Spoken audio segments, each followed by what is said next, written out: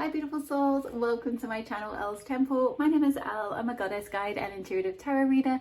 Welcome back to my returning viewers. Welcome if you're new here. I'm so happy to have you all here. I hope you guys are all doing well wherever you are in the world. So today's reading is going to be all about which goddess has a message for you. So we have three beautiful goddesses for you to choose from today. If you are drawn to the first goddess, YUKI, ONNA, goddess of stillness, with card number 52. And I've also got crystals for you today. If you are drawn to the Amazonite, you will be pile number 1, and the timestamps will be in the description box below.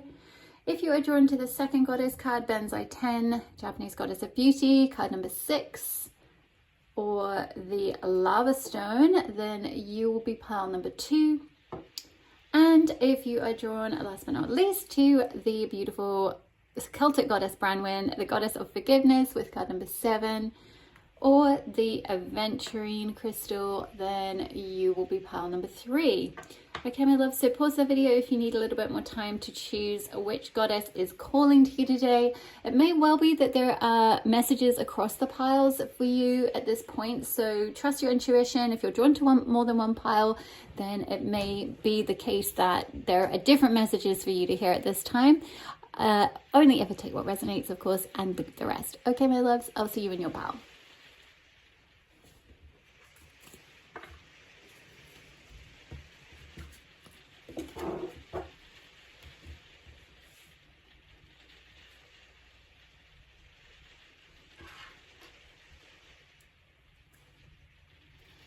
Hi there, pile 1. If you chose card number 52, YUKI, ONNA, goddess of stillness, and the Amazonite crystal, then this will be your reading on the goddess who has a message for you. And YUKI, ONNA is your goddess who has a message. So YUKI, ONNA is a goddess. I actually did a blog post. So for those of you who are new to my channel, I know I've had a few new subscribers recently. I blog about the goddesses pretty much every week over on elstemple.com. So if you're curious to check out a little bit more about YUKI, ONNA and receive some support from her, some suggestions of rituals, ways to connect with her, it may be that at the end of this reading, I'll try to remember to leave the link below, that you might want to check that blog post out. And in the post, I go into detail about her myth and also, ways she can support you. So goddess, let's start with some channel messages that are coming through from YUKI, ONNA. I feel like for you, pile number 1, there's something that you are on the threshold of. There's something that is kind of ready to be birthed or ready to be brought into manifestation, but you're kind of waiting. I sense you're sort of at a, like on the precipice of something. You're waiting for something to manifest. You're waiting for something to happen. You're waiting to see what result is going to come in. Maybe this is something you've been trying to manifest for a while. Or something it's something that I kind of sense this energy of I'm seeing a horse at the races who's behind the gate and it's ready to kind of shoot off. It's like it's just waiting for the gate to open, but there's this restless energy. And so this YUKI, ONNA is coming through to really ask you to kind of ground your energy and be in stillness at this time. I don't feel like it's time to kind of push something forward or take action necessarily. I feel like there's a need to kind of like calm your energy a little bit, ground your energy a little bit, be in stillness, be in more of a receptive mode. I almost feel like there's something where it's like you've been trying to manifest something and it's like you feel like you need to control that manifestation and take a lot of action to kind of force it to happen or to kind of make it happen or hurry it up or something. And it's kind of like, no, it's the opposite of that. It's like you'll use up too much energy is what I'm sensing if you kind of try to push forward or use action. Actually being still is the key to this thing manifesting, or to the next step unfolding, or to more clarity coming through, or whatever it is that you're trying to manifest here, or whatever it is that you're waiting for. It's like actually going into more of a, it's very much that kind of switching from that masculine energy of being very active and pushing something forward and kind of driving something, You know, it's kind of like I'm seeing Knight of Swords energy for some reason. I'm getting like showing a visual of like the Knight of Swords in tarot. You know, knights are all about taking action, and swords is related to the mind and thoughts, and can be related to communication. So I'm kind of getting an energy of like you wanting to, yeah, push something forward, take action, move something forward. But that really there's this energy that's coming through that's wanting you to kind of pull back, to kind of pull your energy back, to slow down, to be still, to be in more of a receptive mode.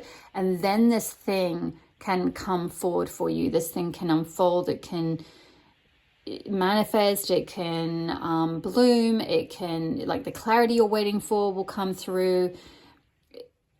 It's like by being in still, it's kind of counterintuitive. It's like by being in stillness, you'll actually see more result from that. It's kind of tortoise and the hare. I'm being shown like the tortoise and the hare, like the hare kind of, you know, races. He's kind of like, you know, scoffing at the tortoise. He's just going really slowly, taking his time. And then ultimately the hare kind of, you know, he burns out, and then he's like, hey, I need to have a nap now.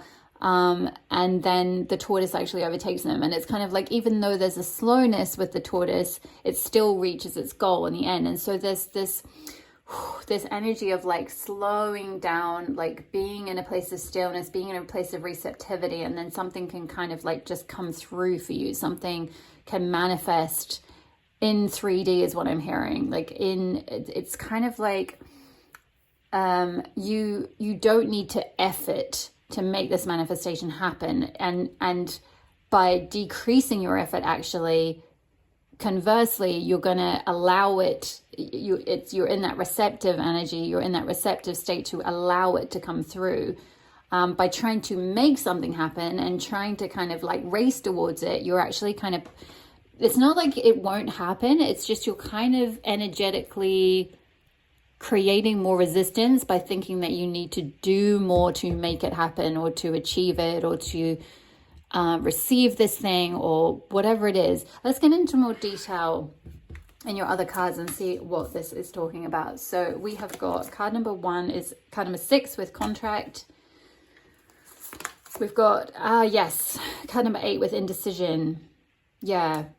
I sort of sense that for some of you, you're at some kind of crossroads, you're waiting for something, you're kind of you're waiting maybe for clarity or for like a message to come through. Yeah, because Knight of Swords can be about like a message. It can be about taking action or communicating something. So maybe some of you are waiting on communication. It could be about a contract. It could be something related to work. Or a legal decision, you know, or even, you know, it could be like a house, or just something that's kind of like yes, it could be anything related to any kind of contractual agreement, like, you know, something, you know, it could even be with a partnership or something like that, like you're waiting to get a divorce, or you're waiting to, yeah, sign on a house, or you're waiting to get a job offer or a promotion, or get a contract through or something. And there's some indecision about this. There's a sort of a crossroads where you're at with this. Let's get more cards. We've got the Bud with potential promise. It's about to happen. Keep going. Yes, interesting. Yeah, the Bud. It's about to happen. And then stillness. Yeah, it's kind of like you're still. There's a need to be still. It's like something's still growing, something still in its like infancy, it's still in its like bud form. It needs to kind of like grow, so there's a need to kind of like be patient and kind of it just keep going, keep trusting it is going to happen. We've got Motherwort, card number 13 with strength. We have got card number 19 also with strength, so you've got a double message about strength. So having a sense of fortitude and strength whilst you navigate this waiting period and this sort of stillness, because yeah, I sense this fear or this need to control, or this desire to kind of push something forward or make something happen, and it actually requires a lot of strength to kind of like go within, to be still, to trust, to kind of be patient. to be in that very, yeah, again, this card, this Motherwort card with the Venus being highlighted here, a symbol of Venus, and the womb. This is very feminine energy. It's talking about really embracing that feminine yin energy, being in that state of receptivity, yeah, receiving intuitive guidance, living from the heart space. Maybe for some of you, this could be a bit of a head over heart situation. Like it could be a bit of a, you're trying to kind of maybe make something happen from like a place of logic, or from the place of your mind, or from yeah, from your mental space. You know, we've got the sword here, which it's interesting. I brought up the Knight of Swords, and then we've got a sword pictured on this Strength card. The swords in tarot being about the mind, and about thoughts and your thought processes, and you know, how you're perceiving a situation, how you're thinking about a situation. And I kind of feel like it's like head versus heart. It's like one path, one way that you could go is a more heart-centered path, and the other way is more of a mind-centered path, or more of a like where your logic's telling you to go. So if this is, say, for example, a work decision, maybe you're waiting on a contract at work, or you're waiting on an offer, a promotion, or you have, maybe for some of you, you've been offered a contract or something, and you're, you know, like it could be a bit of a step up, it could be more responsibility, it could be, you know, financially better and give you more security, more comfort, and all of that. But like, you're like, is that actually what I really want? Because it would mean, you know, more hours, more responsibility, more this, more that. And then actually my heart is kind of maybe pulling me in this other direction. It's interesting. We've got like, this figure's got, she's blindfolded. This figure is cloaked and veiled, and we can't see their face. They're kind of just looking at these, you know, the unknown path. And then the Motherwort card, this figure has her eyes closed, and so does the lion. So it's like there's something you can't see. I feel like there's something you can't see on the outside about this situation, maybe. And there's a need to kind of go within and trust. I'm being shown the Two of Swords card in tarot. It's interesting, I'm bringing up a lot of tarot cards here. I don't necessarily always do that. So this could be a pile of tarot readers here. Or you just like tarot, you know tarot well. But I'm seeing the Two of Swords with the figure in the traditional Rider-Waite, where she's normally sitting blindfolded, like this figure here. And instead of holding the scales, she's holding two swords pointing in two different directions. And the idea is that with the Two of Swords, there's usually like possibly two different decisions to make, or a decision to make about two different potential options. And there's often a juggling between the mind and the heart, and a need to kind of go within, because you can't figure this out from the outside, from like talking to other people, from canvassing of other people's opinions, from like trying to figure it out in your mind and juggle pros and cons and all that. It's like you've got to go within, you've got to go. You can't see on the outside how this is going to unfold. You can't necessarily get the evidence of what each path is going to show you. It's like you need to go within and trust your inner wisdom, trust your intuition. That's coming through really strongly. It's like that's the only way. I feel like your intuition is very strong. Your intuitive feminine wisdom is very strong, and there's a need to kind of trust in that. To trust the messages that come through from your feminine wisdom, from your intuitive wisdom. Because there's something here that has a lot of potential. And I feel like maybe you're not, again, it's like with all the eyes closed and everything, it's like you're not necessarily seeing what has a lot of potential. It's like, maybe, for example, just, you know, this is an example. It may not be the case at all for you, but just to give you an idea, and you can apply it to kind of your own personal situation where you're at. Say, for example, you've been offered a contract at work for something, but you also have, you know, a hobby or a side gig on the side or something like that. Maybe, for example, you're a tarot reader on the side.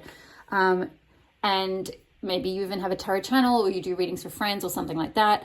you know, or just something else that you love to do, something that your heart really is pulling you towards. Like you really love it, you really enjoy it, it comes from your heart space, it's like it fills you up, you're passionate about it. And you maybe have been offered something, some kind of contract at your place of work. Like I said, that could be more money, it could be more responsibility, it could be a step up, but you're at this crossroads of like, if I take that, that will mean I kind of can't keep doing this thing that I love as much. Like maybe the hours are too much, or, you know, it competes with the time you would normally do it. Or like maybe say you do readings for a certain group at a certain time. I'm hearing something community, like maybe some of you have started a community or part of a tarot community or a spiritual community of some sort, or a group, or you're in the process of setting up a community.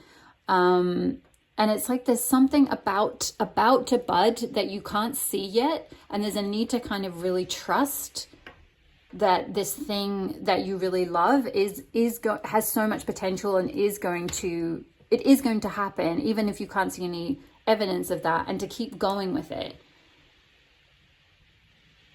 I'm also noticing they're showing on this side, like this path, there's autumn leaves falling, which is symbolic of release. Yeah, both of them say unknown. It's like to go down either path, it's scary because it's going into the unknown kind of thing. But like I feel like one particular path, there's a need to kind of release it. If not necessarily physically right now, kind of energetically, like just surrender it, throw it up to the universe, and just kind of say, if this path isn't in my highest good, if this isn't best for me, then remove it from me, or like show me where is most in alignment with me.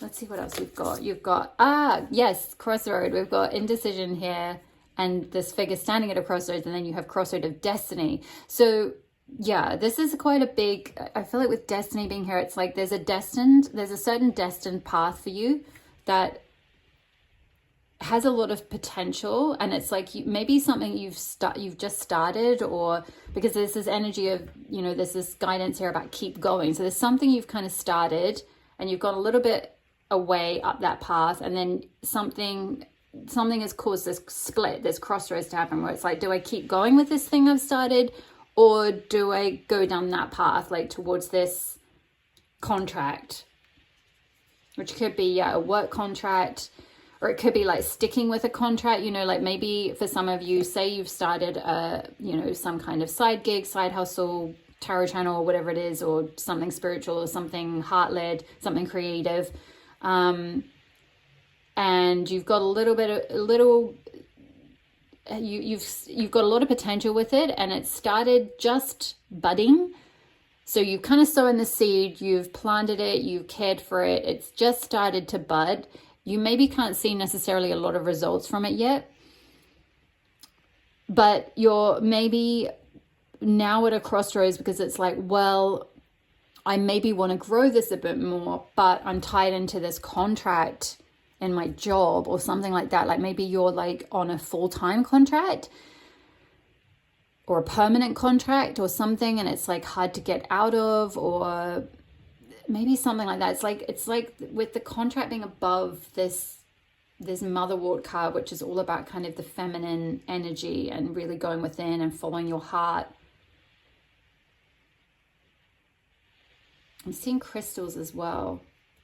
These the kind of mountains behind look like crystals. Maybe this is something to do with crystals. I'm hearing like crystal jewelry or crystals, crystal healing, something like that. And this is very formal. It almost looks like law books.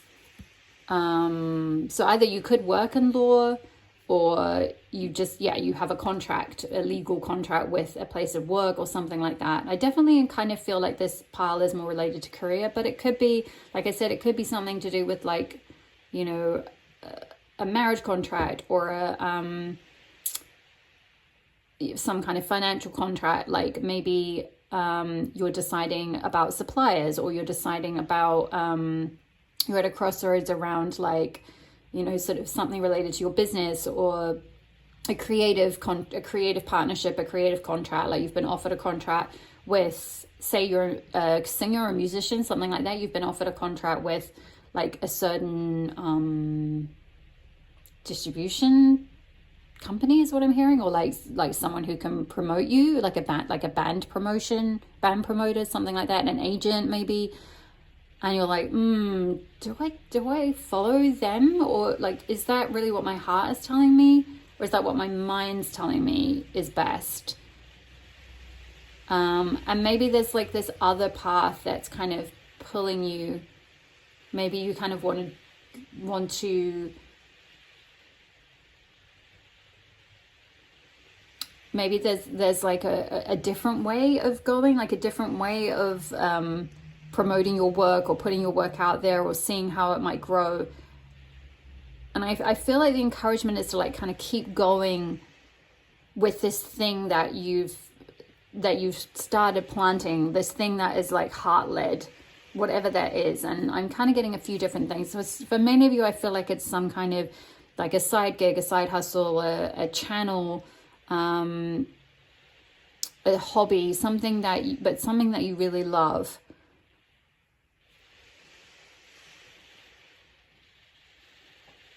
Yeah, and we've got 6 here, and contract. 6 makes me think of the 6th house in astrology, which is related to work and job, like your day job, what you do for money day to day, your work routine, your routine, health, hobbies. It can be hobbies as well. Kind of finding the balance as well. 6 can be about, and we've got the scales, which can be about balance, and 6s can be about balance. So finding a balance between like work-life balance is what I'm hearing, between like your you know, covering your bills and stuff, but also having enough time and energy to like work on things that you love. Interesting. And then we've got crossroad of destiny. So definitely at some kind of crossroads. And I feel like there's a destined path that is like about to happen, that has a lot of potential, and there's a need to kind of to trust that and to keep going with this thing that is very destined for you. We've got Goddess Hekate here, who is literally the goddess of crossroads. So I've done a couple of Hekate readings actually. So you may be interested to check them out, because there may be additional messages in those readings, because they were specific. I think one of them is specifically about, are you at a crossroads or something like that. So that might have a little bit more detail about this exact crossroads, and may provide some more messages from a channel Goddess Hekate in that reading. So Hekate could be specific for you. I also did a blog post about Hekate back in Samhain last year, actually, when I first started my blog. So also connecting with her energy. I have in the post, I always go into detail about how to connect with that goddess, what they can support you with, and suggestions of rituals. So that might provide some additional support, because she's coming through really strongly and wanting to support you at this time as you navigate this crossroads, this indecision. She literally is the goddess of the crossroads. She literally is the goddess who will take you, like navigate you through a time where you're just like, oh my gosh, I really don't know what to do.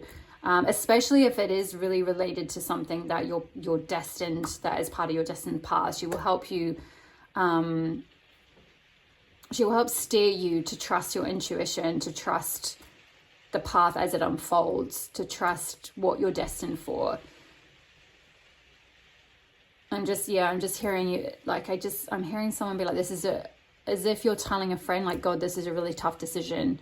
This is a really tough decision. I really don't know what to do. So there's someone here who's like,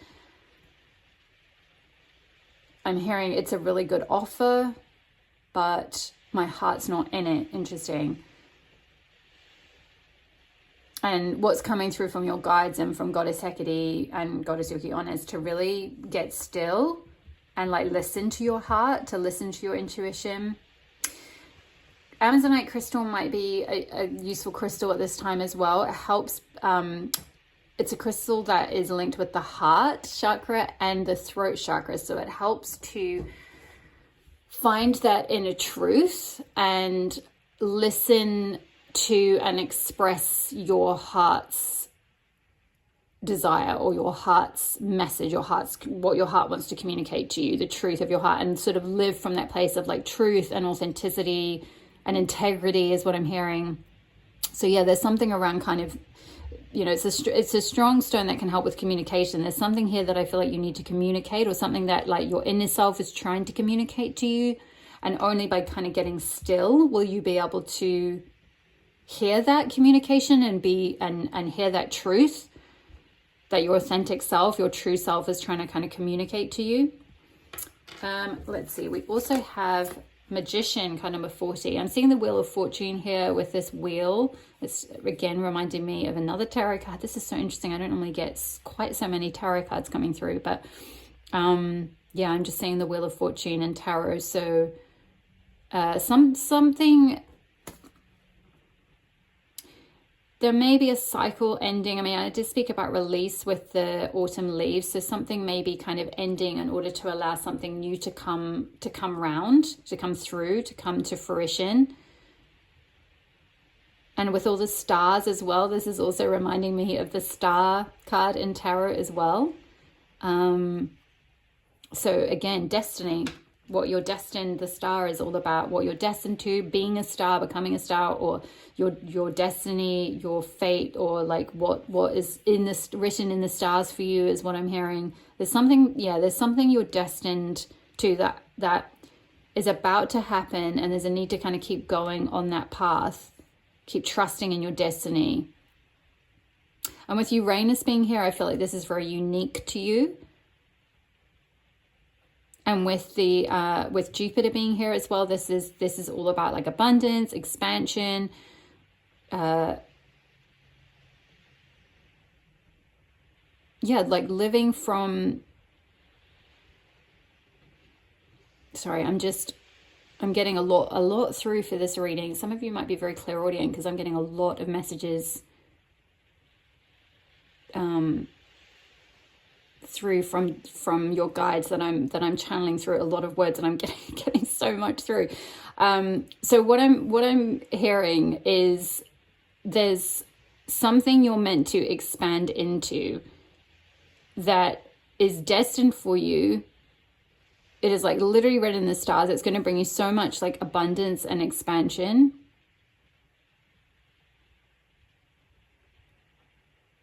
And there's nothing like, if you're kind of worried about missing this, what I'm getting is like there's nothing that can stop you from this path, really. Like even if you did take a detour and say you had been offered a contract at this job or something, and you're like, okay, well, maybe I should just give that job a chance. Maybe I should try and, you know, do this thing that, you know, this promotion I've been offered.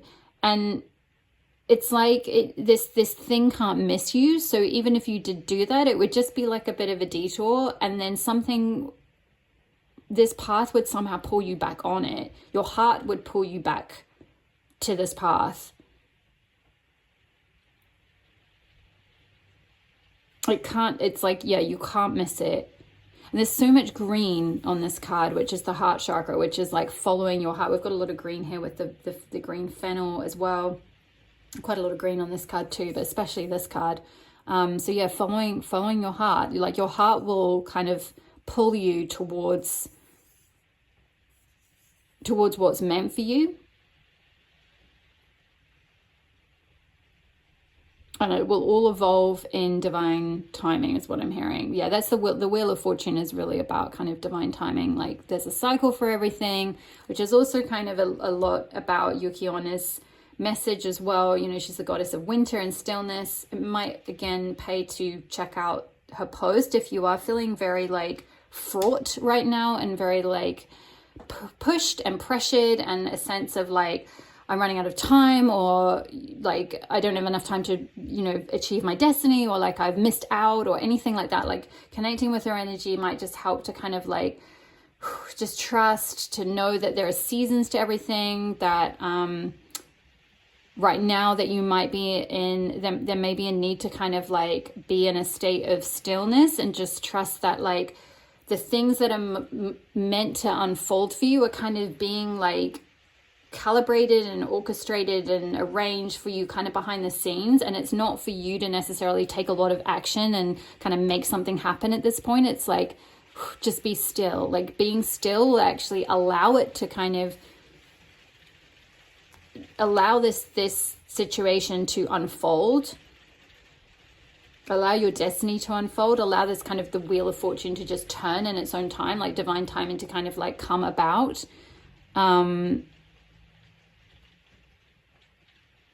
Yeah, I'm just hearing again, like getting really still, like meditating, maybe doing yoga nidra, something that helps you kind of calm the mind. They're showing me the swords again.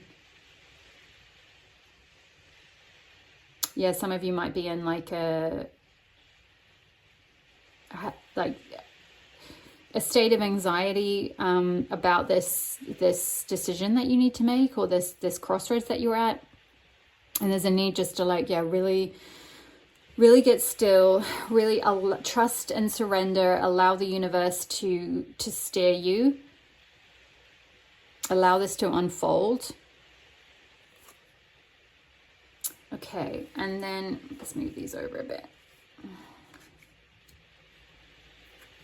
Actually, maybe I'm going to put...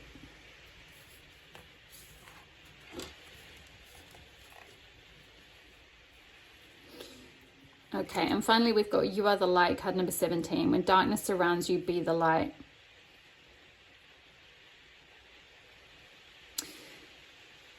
Yeah, I feel from this that with this darkness, I don't sense this as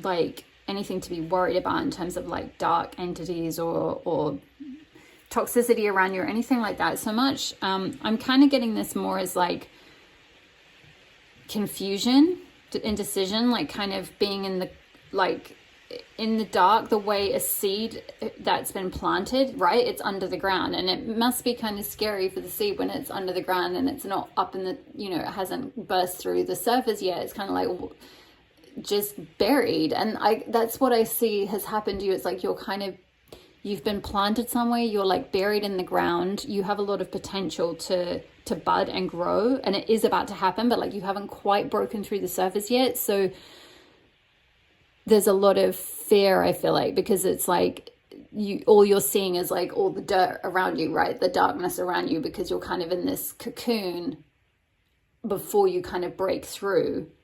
And so it might feel very scary, and there might be this like desire to, because there's a very natural human need to kind of know what's going to happen in the future. It's like, oh my gosh, I've got to kind of make this happen faster, or I've got to like, maybe I should go and do this job, or I should da, da, da, or like I should make something happen, or I need to kind of force this project, this business, this thing that I love, whatever it is, to kind of like bloom faster. And it's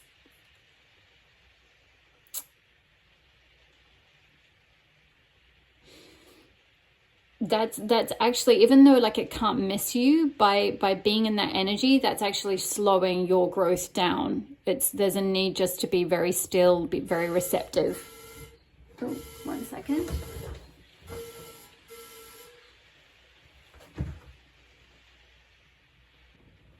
Sorry about that, pile number 1. That was an alarm to remind me to put my dal on the slow cooker, which I'm talking about because usually everything that happens in a reading has some relevance, and what's coming through from that is that there's something that needs to cook.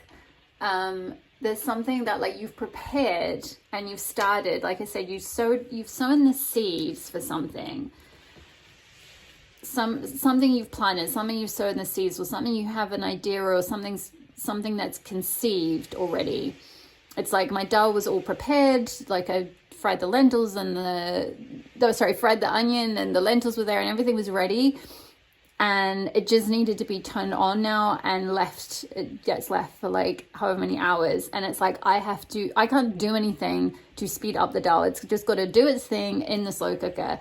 And that is coming through, as random as that analogy is. That's what Spirit is showing me, is that like, there's nothing you can kind of do to like speed up this this thing that kind of is destined for you, whatever this is that you're kind of waiting for or trying to make happen faster. It's like it needs to slow cook. You've sown all the seeds, you've got all the ingredients together, you've assembled everything, it's prepared. It's just like now you need to let go and give it to the universe, and like the universe is going to do its thing and cook something for you. It's got to like, all the flavors have got to kind of marinate together. You can't kind of like take action to kind of speed it up. Like I could chuck it all in a pan and do like a speed dial, but like it won't be as good. It just won't be as good is kind of what I'm getting. So yeah, there's like, for some reason there's some kind of process that like needs to happen behind the scenes that you can't see yet, that you may be very tempted to kind of try to, yeah, it's like I'm hearing like speed something up or make something happen faster, or like force clarity, or force a situation to happen, force a manifestation to happen, force the timing on a situation. Where was it? We had the wheel, with the Wheel of Fortune, like something's happening in divine timing, and it's like it's about to happen. They're just drawing my attention back to that. It's about to happen, so keep going, keep trusting. You don't need to kind of do anything to push it to happen, is what I'm kind of getting. I wasn't going to do tarot, to be honest, because there's so many cards I feel like here, but for you, pile number 1, and given I stopped the camera and checked in with your guides, and it was like pile 1 wants some tarot, so I'm gonna do it for you. I may not for the other piles, but let's just get a bit of an idea. I wanna know, what is this indecision about? What is this indecision about? Whoa, okay, yeah. End of a cycle. What was I saying with the release? And we had, yeah, with the 19. I didn't talk about this before actually, but I was noticing it. I was just getting so many messages through. 19 here in numerology reduces to 10, and 10s are completion of a cycle, ending of a cycle. And we've got the 10 of Wands here, which is like, it can be the card of burnout. It can be the card of burden. I sort of feel like, yeah, this is, I feel inclined to put this 10 of Wands over this contract card, because it's kind of like there's some path that you're maybe, I don't know, considering a contract with, or the path that you already had a contract with that you want to get out of, maybe that is creating a lot of like conflict in your mind, that, you know, because maybe really you've got to the end of that. You've got to the end of that path. It's time to release it. Like, you've learned everything there is to learn, you know, and gained everything there is to know. And it's like, it's interesting. We have when darkness surrounds you, and this card is just very dark. It's like there's just kind of nothing light left there for you. It's like, yeah, maybe you've burned out, maybe it's just a burden to keep going. It's just too much effort. It's yeah, I just see you reaching, like you've kind of reached, it's like you've been walking up a certain path, and now it's like, God, do I keep going with that thing that has got me to this point where I'm like, I'm so burnt out. I don't know if I want to keep doing this anymore. It doesn't really align with me. It doesn't like resonate with my heart anymore. It doesn't feel very heart-led. Do I keep pushing myself to keep going, or do I take this different path? Do I try something new? And I'm being called to talk about, and some of you have heard me talk about this before, so apologies if you've heard this story before, but when I left corporate as well in my early 30s, some of you may be in your early 30s too. You may be, often you can reach a major crossroads when you're going through a Saturn return, which happens in your early 30s. Not necessarily, but it may be, you may be older than that or younger than that, but it's a major cycle, I feel like, that's ending. There's a major shift, a major,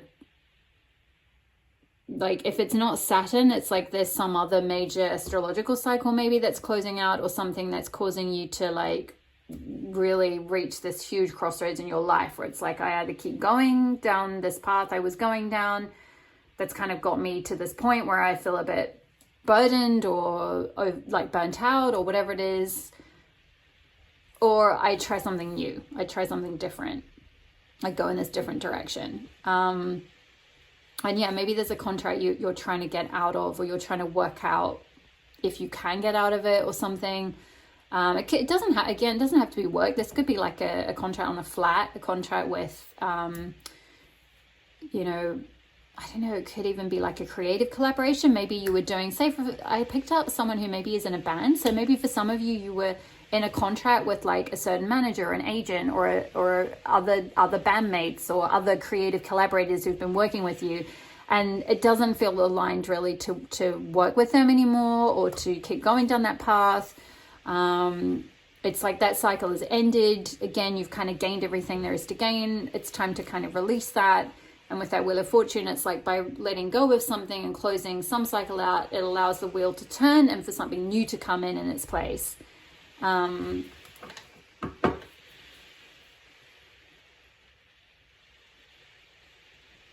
Yeah, it's interesting. I was talking about collaboration because I'm kind of seeing there's like two figures here on either side of each other, and here as well. So yeah, this could be to do with like a collaboration or a commitment, or like I don't know, between like two people, or you and a job, or something like that.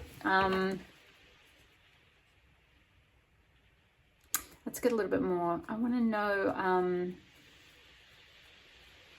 why is stillness being called for at this time? Why does pile 1 need to get still? I mean, I feel like we've answered that, but I'm trying to kind of tune into what you guys may be. Yeah, the moon. Yeah, what you yeah, what you can't see. Messages from, you know, the moon is the hidden subconscious, the emotional self, the inner self, the feminine as well. It really is the feminine, you know, as we were talking about with motherwort. It is the mother energy, moon, mother, the feminine self, the intuitive self as well. It can be about like messages from your intuition. And it can be, the moon is often to do with things that are veiled, things that can't be seen, because, you know, the sun is like what you can see day to day, you know, it's your identity, it's obvious, it's in plain sight, you know, whereas the moon is like hidden, like what's underneath, you know, what you can't see. And when the moon, you know, when we have the full moon, that brings things into illumination. So it's like something, there's a need to have this stillness and retreat and kind of go within and listen to your intuition, rather than like what you're seeing on the outside, or what other people are telling you, or what this I don't know, whether it's an agent, a job, a boss, a company is telling you, and kind of really go within and listen to what your emotional self, what your heart is trying to tell you. With it being a crescent moon pictured here rather than a full moon as well, I feel like this is symbolic of like a new beginning as well. There's like a new beginning that's coming for you.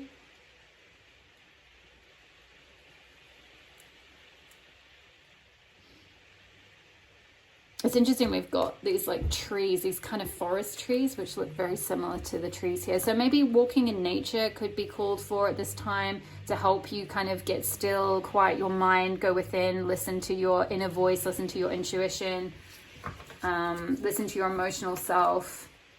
Or it may also be at night as well. You know, when darkness surrounds you, when it's dark, when it's nighttime, maybe then you'll get the, you know, it may even be in the middle of the night. I had a similar situation happen to me recently, to be honest, and it was in the middle of the night that my body, that I got this sort of body wisdom. So yeah, it may even be like listening to your body, listening to your heart, listening to your gut feeling.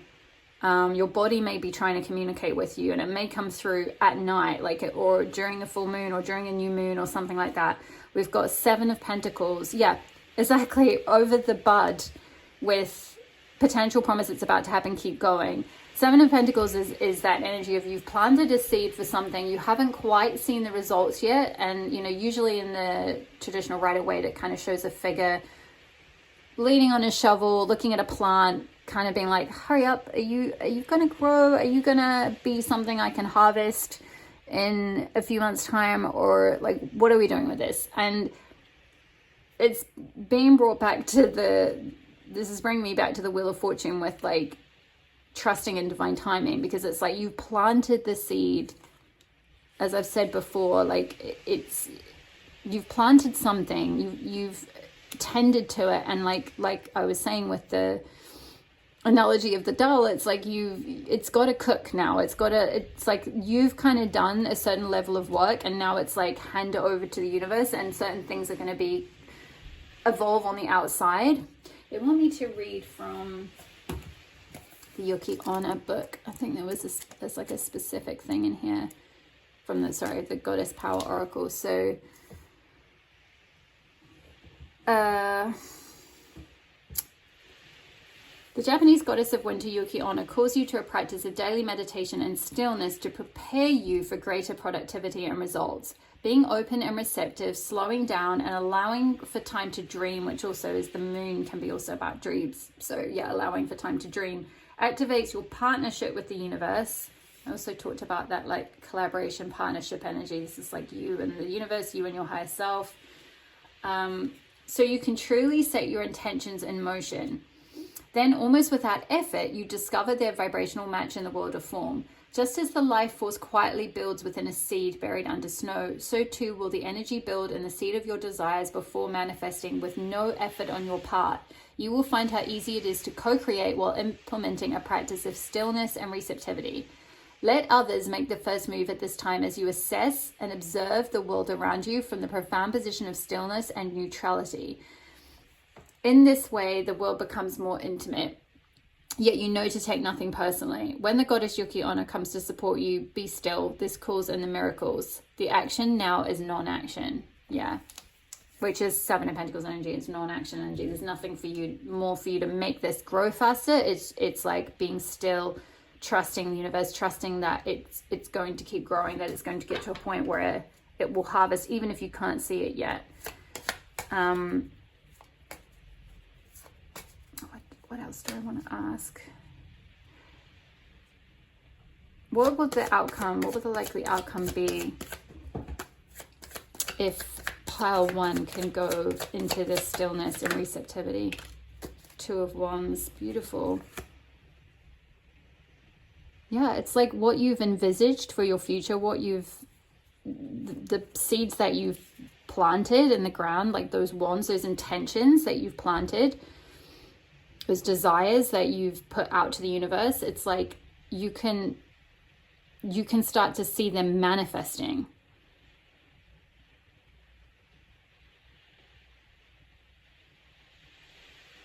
It's like it will grow. It will, yeah. It has a lot of promise. It is going to grow. It is going to manifest. It is going to evolve. But there's just this need to kind of, yeah, maybe release, let go, not listen to the outside world, not try to make anything happen, to trust, to surrender, to get still, listen to your inner self, your emotional self. Get one more. 9, what is this? 9 of Swords. Yeah, anxiety.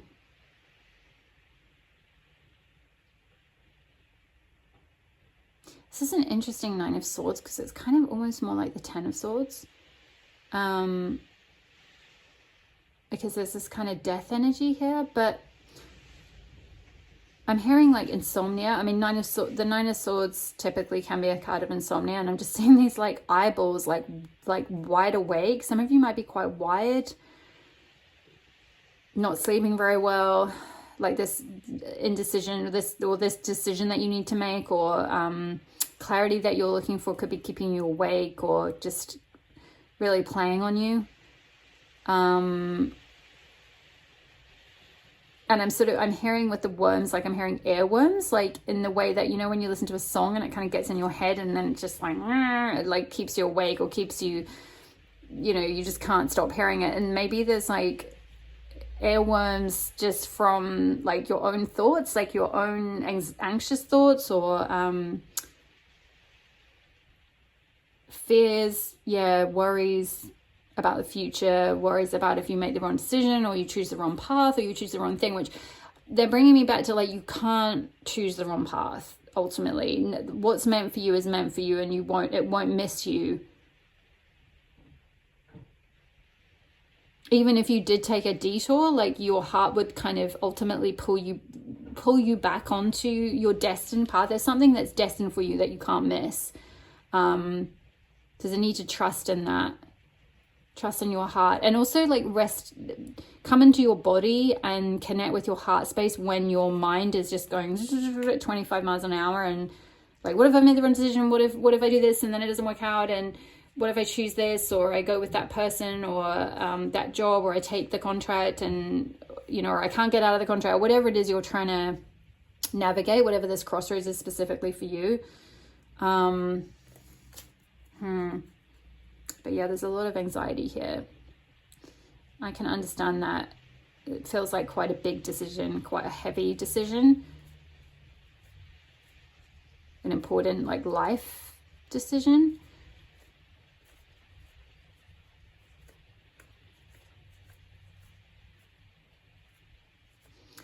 Let me get some more guidance. What is the guidance for pile one at this time? What is the guidance? The Hermit. Yeah. What did I say about the tortoise and the hare at the very beginning of your reading? Yeah, the tortoise is slow and steady and takes its time, and it doesn't rush. It's not running like the hare at 50 miles an hour trying to get to a destination. It's just, you know, going at its own pace. It's taking its time. It's being still. It's like, you know, going within, listening to its intuition. You know, Hermit energy is like what I was saying about retreat, pull back, pull your energy back from something, go within, really listen to yourself. I mean, I feel like the cards are kind of just, they're just over and over reiterating the same thing, to be honest. But for some reason, I feel like that for you, pile one, you needed the tarot as well, to hear that message, or to kind of like receive that confirmation, extra confirmation, because there's a lot of anxiety and a lot of mental, with the swords, a lot of mental energy, with the Nine of Swords, a lot of mental energy here. So there's a need to kind of go within and listen to your inner spirit. That's that be the light, like listen to the inner light, your inner higher self, your inner spirit within.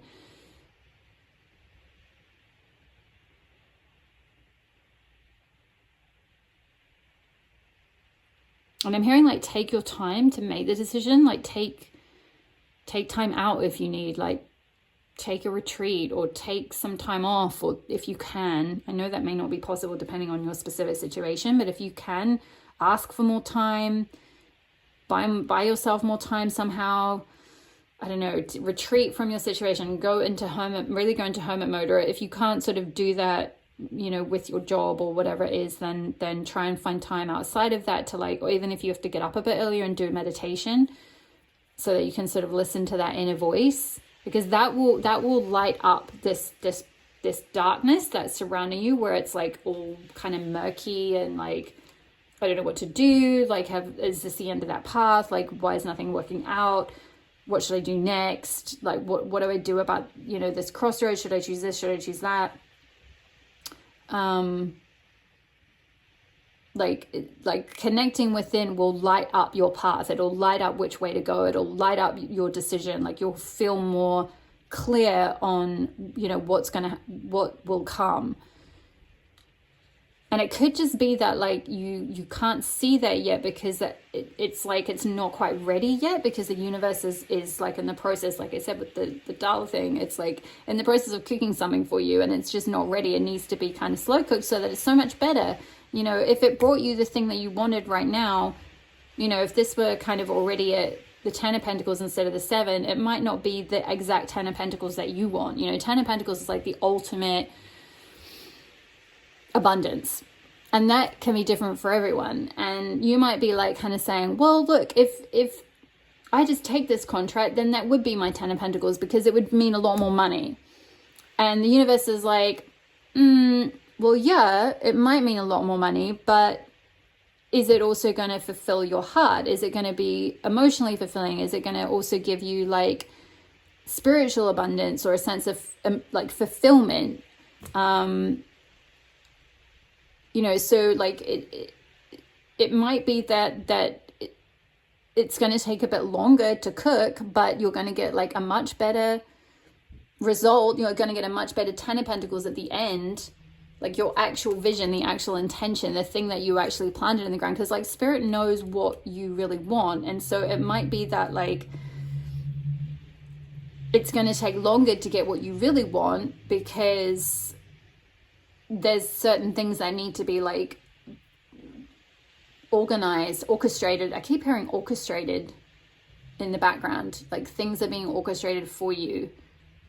So what I'm hearing is like, don't choose the easy road.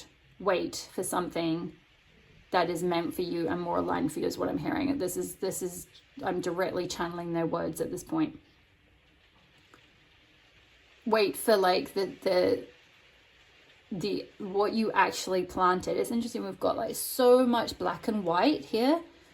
So that might be something with that 9 of Swords, that might be something you really struggle with. And also with the kind of the indecision and the crossroads, like you may be very black and white. You know, we had where was it? Yeah, Virgo here with this Strength card.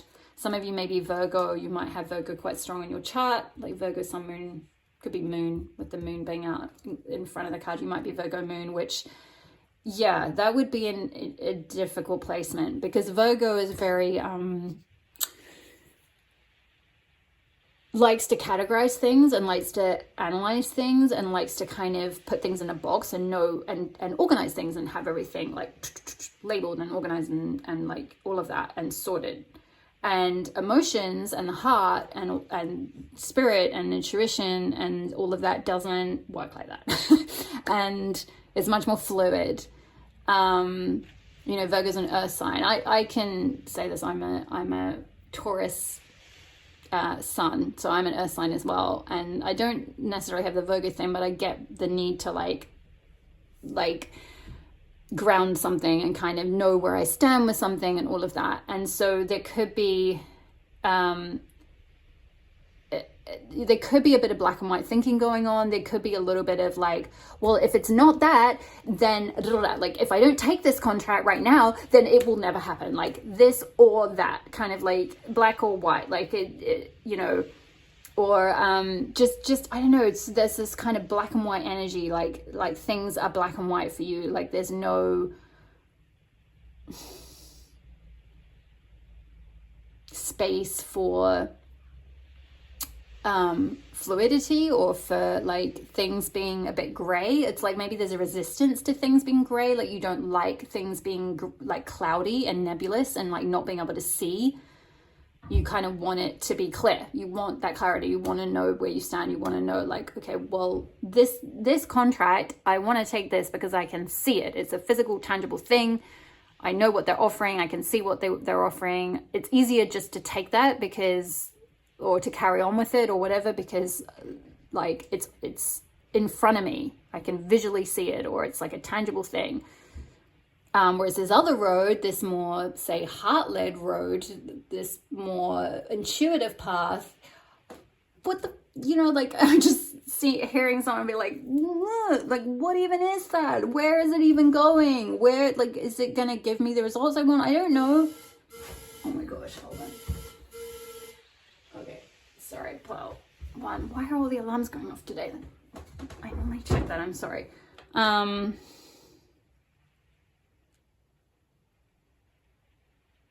Yeah, maybe there's alarms going off for you.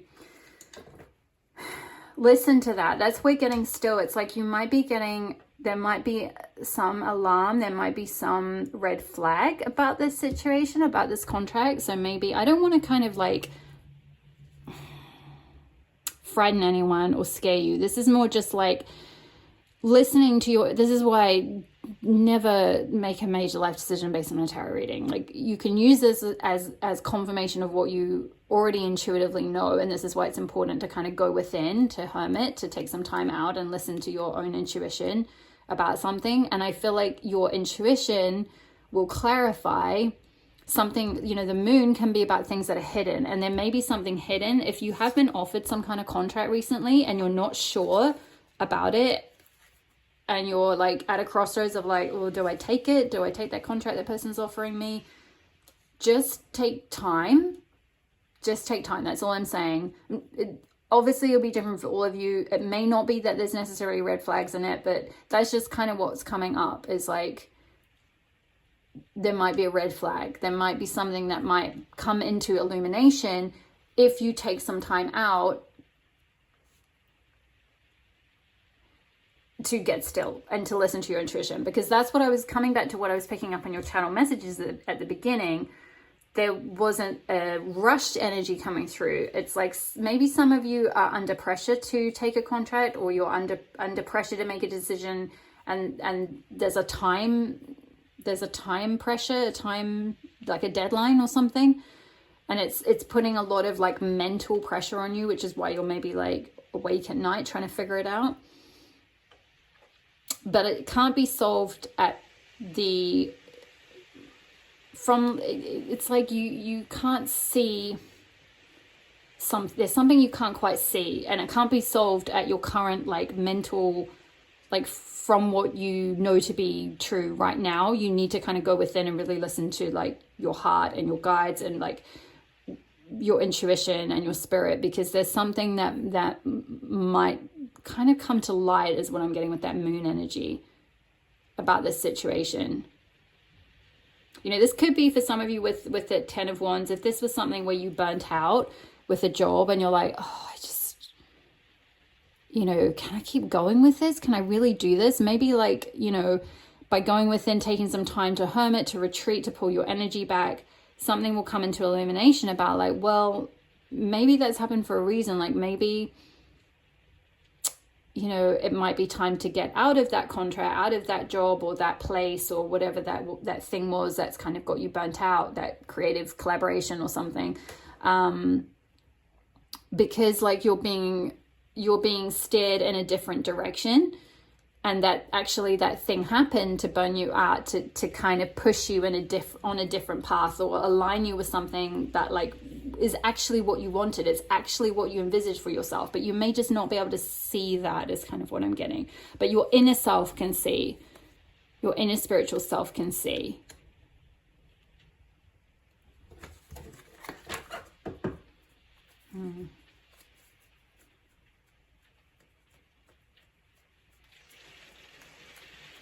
Can you tell me more about this red flag, if there is a potential red flag for pile 1? What is this red flag? If there's a red flag, what is this warning, this red flag? The Hierophant and the Emperor.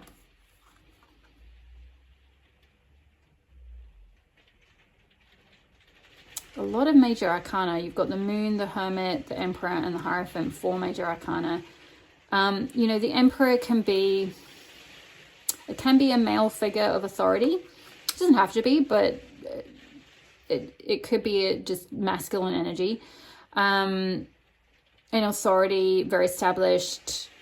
The Hierophant can be about institution, like a formal institution. Could be a formal corporation, a place of learning. Can be linked to a contract as well.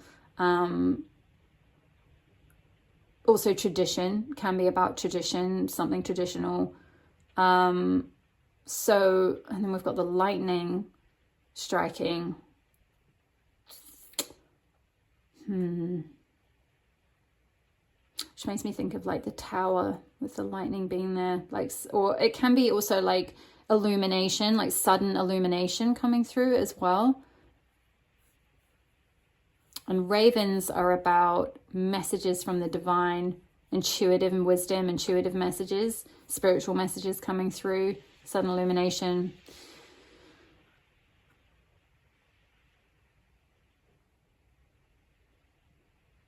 And keys are symbolic of Hekate.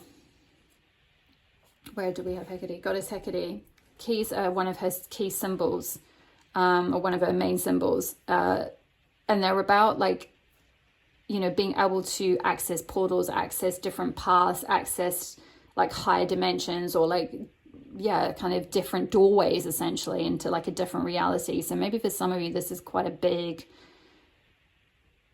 like you're shifting into kind of, you've got an option to unlock a doorway into like a different reality.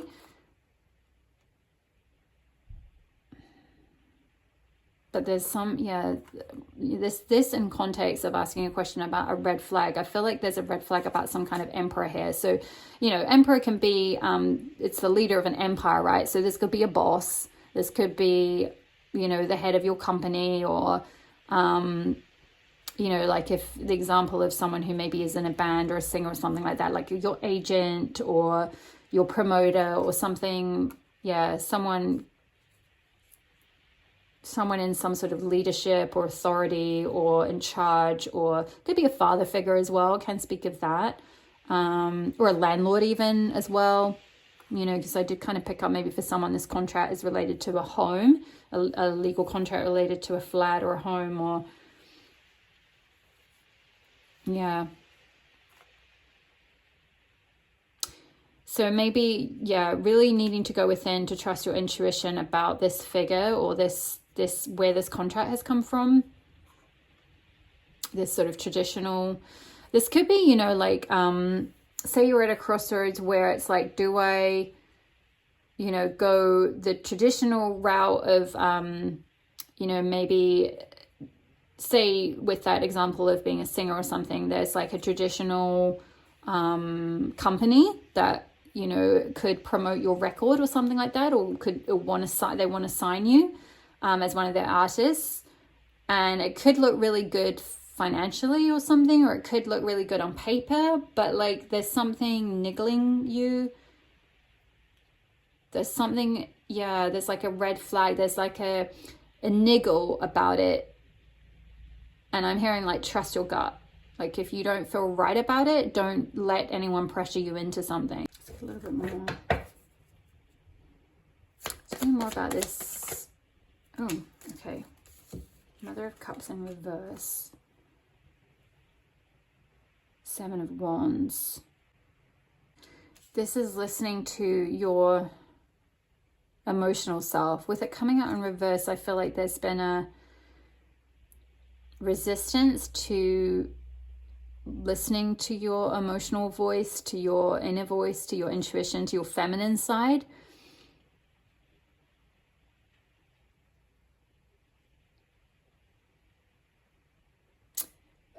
This is possibly also where I'm kind of getting with the 10 of Wands. It's like something maybe has burnt you out, and there's a need to kind of like nurture and care for that part of yourself.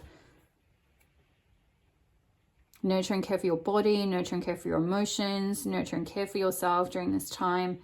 Yeah, retreat, hermit. Taking some time out to really look after yourself, self-care. They're telling me to read from this card now. Motherwort. Yeah, it's interesting. We've got Mother of Cups and Motherwort. There's something around like feminine energy, mothering energy. The need to kind of mother yourself, listen to your emotions. Strength, essence of creation, connecting to the creatrix within, fertility, birth, creativity, inner trust. Yeah, it's like the radiance of a lion's heart. Motherwort's energy builds inner trust and confidence.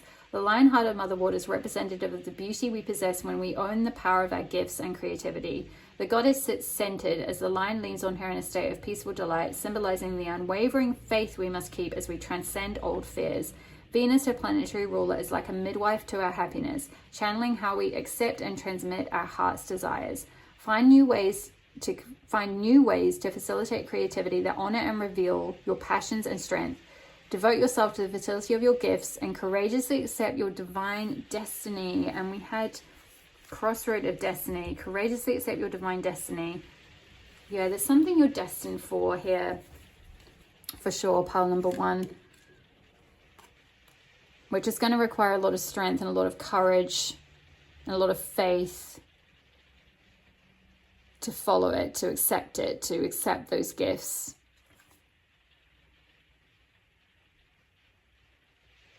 Yeah, to kind of follow that inner light. Yeah, seven of Wands is like taking it's kind of just confirming all these other cards, really. It's similar to the Hermit in that it's about, you know, taking a bit of time out to step back from a conflict, taking a bit of time to, yeah, just retreat, really, and listen to that, like, inner voice, that inner, like, your spirit, your spirit. Listen to your spirit. To, like, reignite that spark as well, you know, because we've got the Ten of Wands here, which is kind of burnout. And then the Seven of Wands is kind of, it can be kind of a card of being,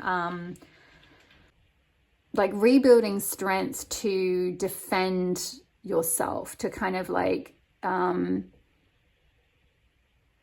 defend against, like, anyone else who's going to try and come in and sort of take your energy, or take your, sort of try to extinguish your light in some way. Like, I'm hearing the fight, something about the fight. Fighting for your truth. Like, yeah. It's like a fight for you to stay in alignment, or stay centered in your truth. You know, which that card, that Motherwort card, was talking a lot about, like, staying centered, centering and grounding yourself in the truth of yourself and your gifts. But there's, you know, this is like you shining very brightly, you shining your spiritual light very brightly. You know, with this Hermit card, you know, this is about taking some time to connect with that spiritual side of yourself. I feel like this comes quite naturally to you, especially if you are Virgo. It may just be that you're in a cycle now where you need to kind of just go back into a hermit state and kind of receive that spiritual wisdom, so that you can come back out and be this light. You know, when all this darkness is surrounding you, when there's just, like, darkness in the world, and, you know, this sort of energy, this, like, burnt out, like, you know, nothing's growing, nothing's working. It's like you need to kind of retreat, take time out, find your energy again, find your spark, find your passions, find your gifts, find what you love, listen to your heart, nurture yourself, reignite your spiritual light. And then you are meant to be the light. You are the light. You're meant to shine that spiritual light. Let's finish up by reading the guidance from this book, the Love Your Inner Goddess book. So, card number 17. How long is this reading? Oh, goodness, it's gone so much longer than I thought. I'm sorry. Pile number 1. It took quite a long time to get all the messages out, but I feel like they wanted to be heard. Bless you if you're still with me. Okay, so inner reading. When darkness surrounds you, be the light. You are going through spiritual initiation. This is happening because you are ready for it, even if it doesn't always feel that way. The way to pass this test is to rely on the light within you. Don't let fear or doubt make you distrust the path ahead. Yeah, you've got a path to walk on that is like the unknown path. And it's like, yeah, fear or doubt is like having you question carrying on that path, I feel like.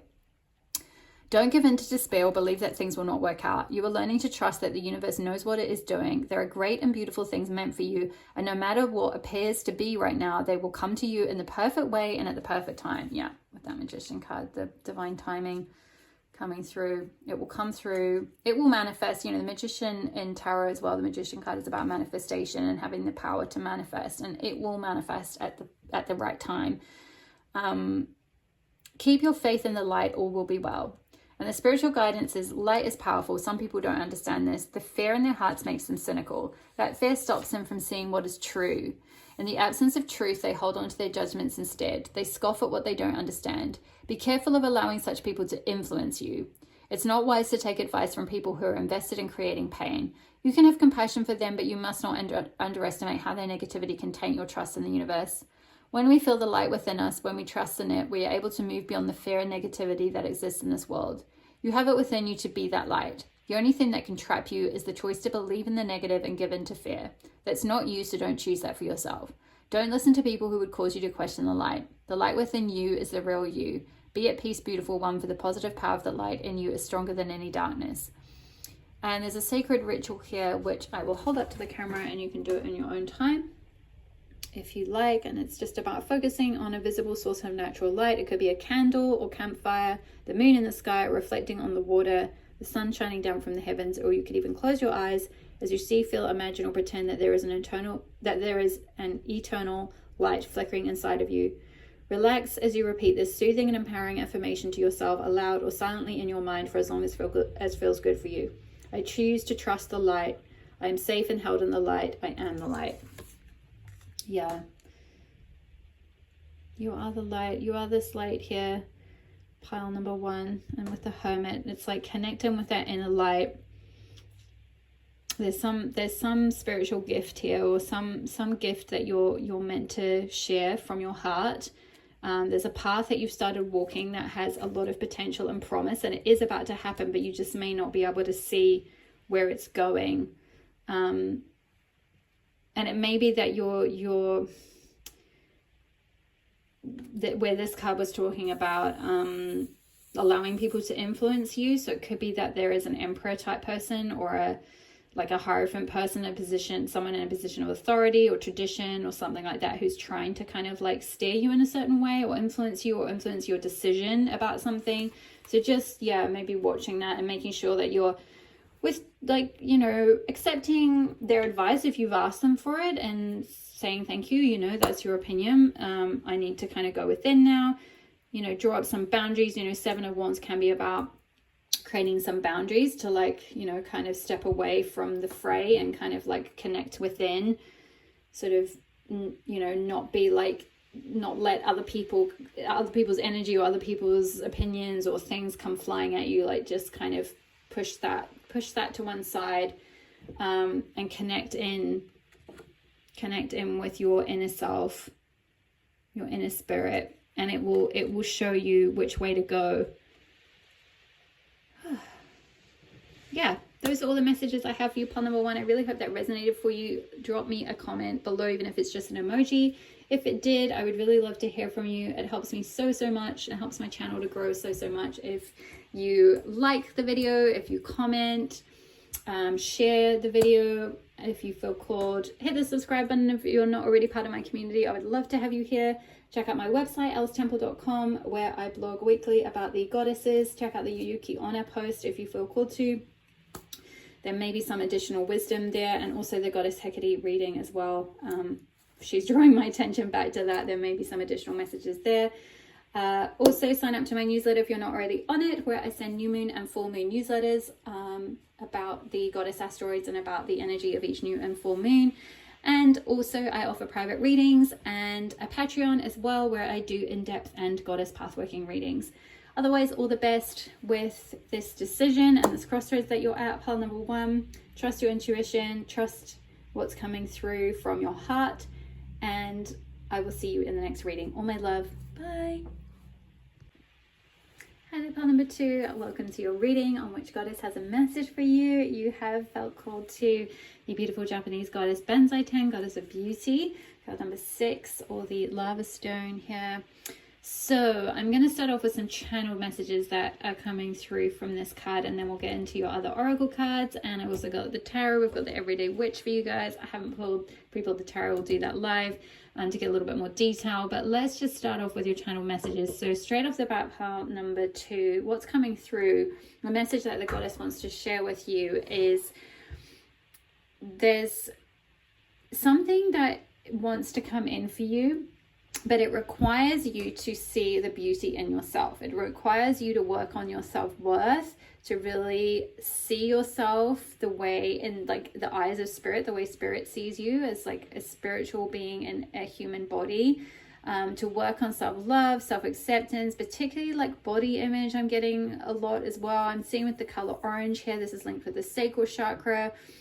And the sacral chakra can rule over like passion and the body and self-esteem in terms of like your, yeah, kind of like your body, your attraction, your magnetism, your sexuality, sensuality, all of that kind of thing. So like any sort of bullying or wounds or anything like that you might have had in, particularly in your teenage years, around like body, like any kind of body shaming, anything, just low self-worth, like not feeling kind of worthy of being seen in some way, or worthy of receiving love, or maybe not feeling very attractive or something. I'm kind of getting, even in this goddess picture, she sort of looks a little bit like inhibited or shy. She's kind of like got her arms sort of crossed across her body. So I'm sort of picking up from your energy that maybe some of you feel a bit like, yeah, inhibited, kind of like not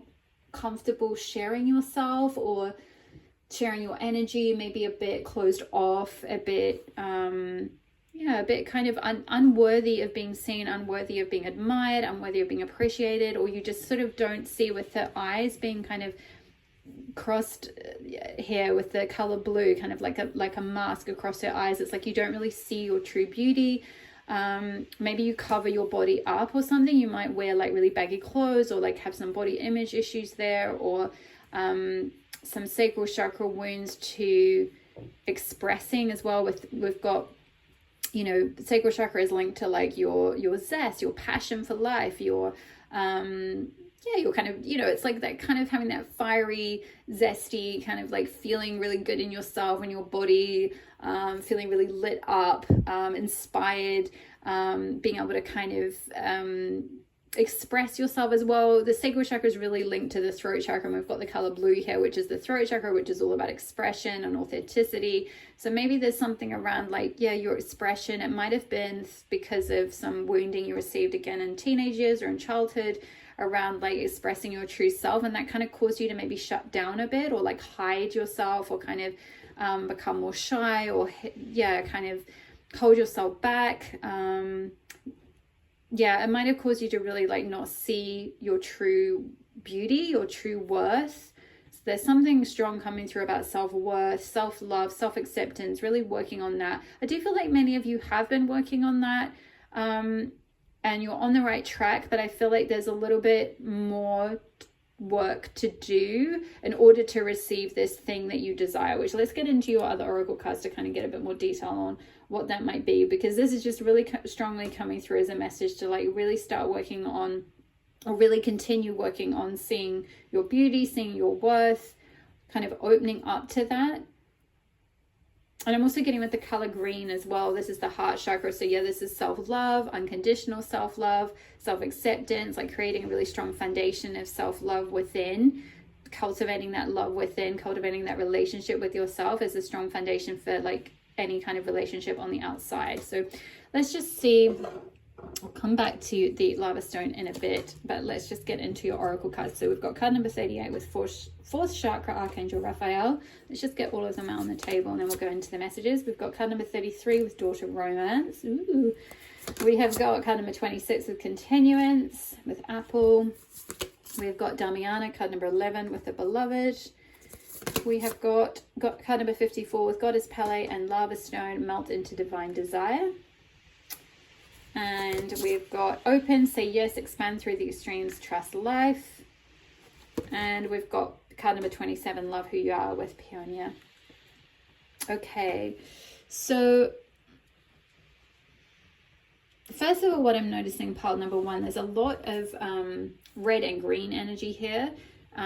So we've got the heart chakra, which is the green, and then we've got the red, a lot of red with the red apple, the red hearts, and the sort of romantic colors, like the little hearts flying around in the heart, the red curtains and everything, this sort of romantic scene here. And then the melt into divine desire with this sort of volcanic energy, the lava stone, which also came out. It's an interesting synchronicity, because I shuffled my little bowl of tumblestones, and this one came out for you. And then also you have lava stone with your crystal mandala card as well. So lava stone really wants to work with you, so you might want to get hold of some lava stone. That's very healing, by the way, for the root chakra, which is interesting because that's the other color coming through. So we've got the green with the heart chakra, and then the red, which is the root chakra, which is, I feel like, highlighting what I was talking about like maybe childhood wounds or teenage wounds from your teenage years or something. So, you know, the root chakra is linked to, you know, our past, our childhood, our upbringing. You know, it doesn't just have to be things related to our parents or anything like that. It can be like school, friends, the culture we grew up in, you know, the church we grew up in, or whatever, you know, all of that kind of stuff. So there may be something from, you know, your earlier years that may have created some wounds, or some conditioning or some negative self-belief around like really seeing yourself as beautiful, as worthy. Like, yeah, I'm just seeing like wounds to your self-worth, wounds to your self-esteem, wounds to your sense of, like, I'm hearing kind of like a sense of rejection, like automatically kind of maybe rejecting yourself. So there's something around like rejection and acceptance, like self-acceptance. For some of you, again, coming back to the sacral chakra thing, it could be wounds related to the body, like body image, a sense of like feeling attractive or good in your body, healthy in your body, or attractive in your body.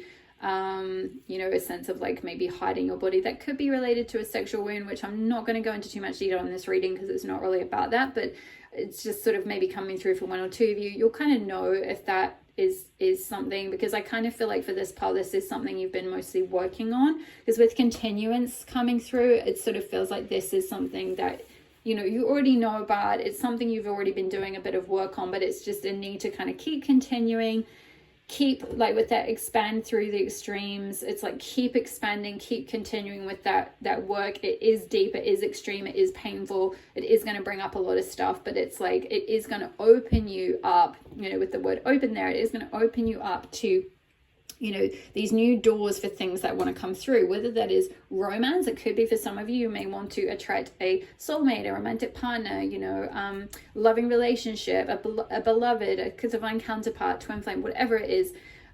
You know, there may be something quite specific that you have your heart set on, or just more generally, you know, with melts into divine desire, there just could be certain desires, right? Certain things that your heart wants, certain desires or certain things that you want to magnetize into your life, and that may be something that you possibly struggle with a little bit because there may be some blocks to your self-worth there. So with manifestation, we don't manifest what we want, we manifest who we believe we are, or how we feel about ourselves. So like you could be putting it out there and trying to do all this work on like manifesting a specific person, for example, manifesting a soulmate or a relationship, or manifesting a, you know, more money or whatever it might be, or some certain desire, some specific thing that you want. And you could be maybe getting a bit frustrated because you're like, well, I'm doing all these sort of techniques or whatever it might be to try and manifest this, but I'm not getting it, which could be further re-emphasizing and kind of providing more evidence of like making you feel unworthy. But until you kind of maybe sort of keep going down this path, keep doing the healing work, and really like get to that core of these wounds, and allow them, you know, with that Pele, with that fiery like lava energy, that's volcanic energy, it's like energy that's kind of trapped under the ground and it wants to be released, it wants to kind of come up and come out. And so there's kind of something here that like I'm sort of getting purge energy. It's like a big purge, like a big emotional purge. Maybe this could be because of specific things that happen in your childhood, teenage years, even in your early 20s or something like that. Like I'm seeing with the 26, it could have been, yeah, in your early 20s. It doesn't just have to be childhood. It just, you know, it could be a partner, you know, your first partnership or something like that. And there could have been some wounds, you know, that you gained in that initial part, that say it was your very first romance, your very first significant partnership, and that has caused, you know, maybe that was very painful and that caused your heart to kind of shut down. And there's a need to kind of go back and kind of like work with that and see what wants to come up and out, what wants to be healed. Because this fourth chakra is talking about, with the Archangel Raphael, it's talking about like getting to a point where you're ready for, you know, for more love, for more, to receive like love, accept love, give unconditional love, receive unconditional love,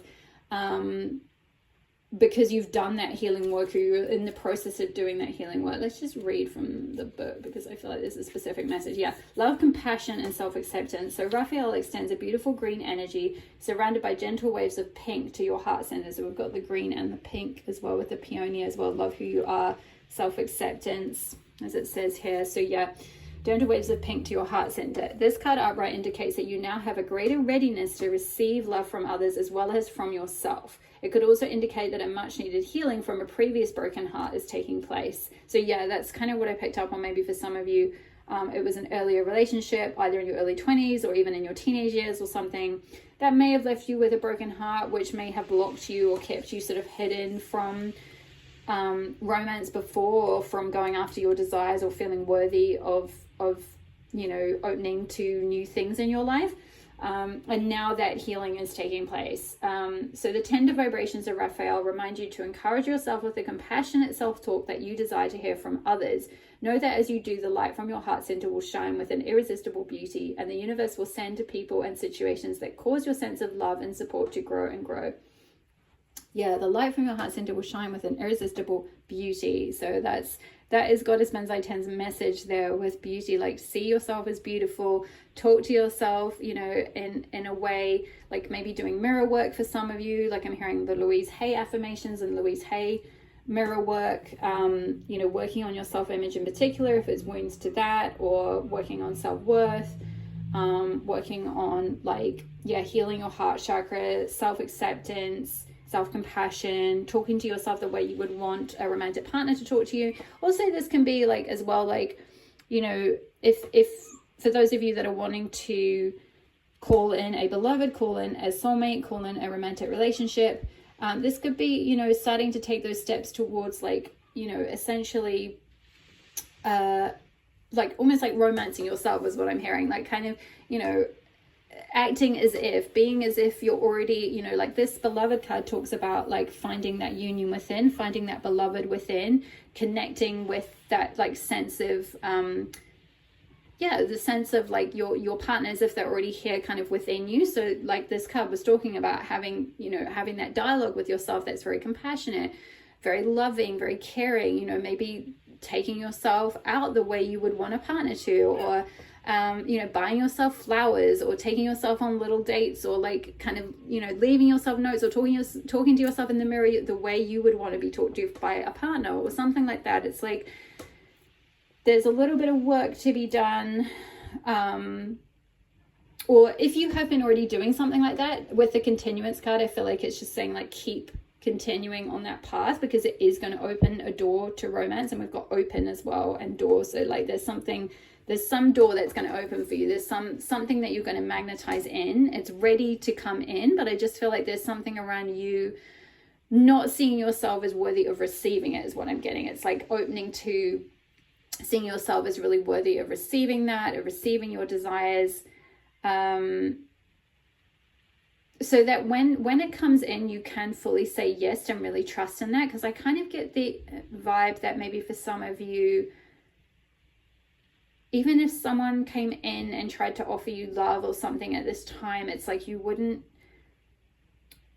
really trust what they say to you. I'm kind of getting, like, someone who almost, like, I'm just seeing the way she's kind of looking out from the corner of her eye, like a bit of a distrusting, like, really, why is he saying I'm beautiful? Or why is she saying I'm beautiful or good looking or whatever? Like, no, I'm not. Like, it's kind of like the love would, or the attraction, or the whatever would kind of bounce off of you until you see that in yourself, until you really see and embrace that you are beautiful, and you are attractive, and you are worthy of love, and all of that. You know, for some of you, I feel like this is kind of more like body image type stuff, and beauty and self-worth around your image, or around, like, attraction and ability to kind of magnetize a partner or something like that. For others of you, this is more like heart chakra wounds, like ability, like self-worth in terms of unconditional love, receiving and giving unconditional love. So I'm kind of getting two different things. For some of you, it might be both.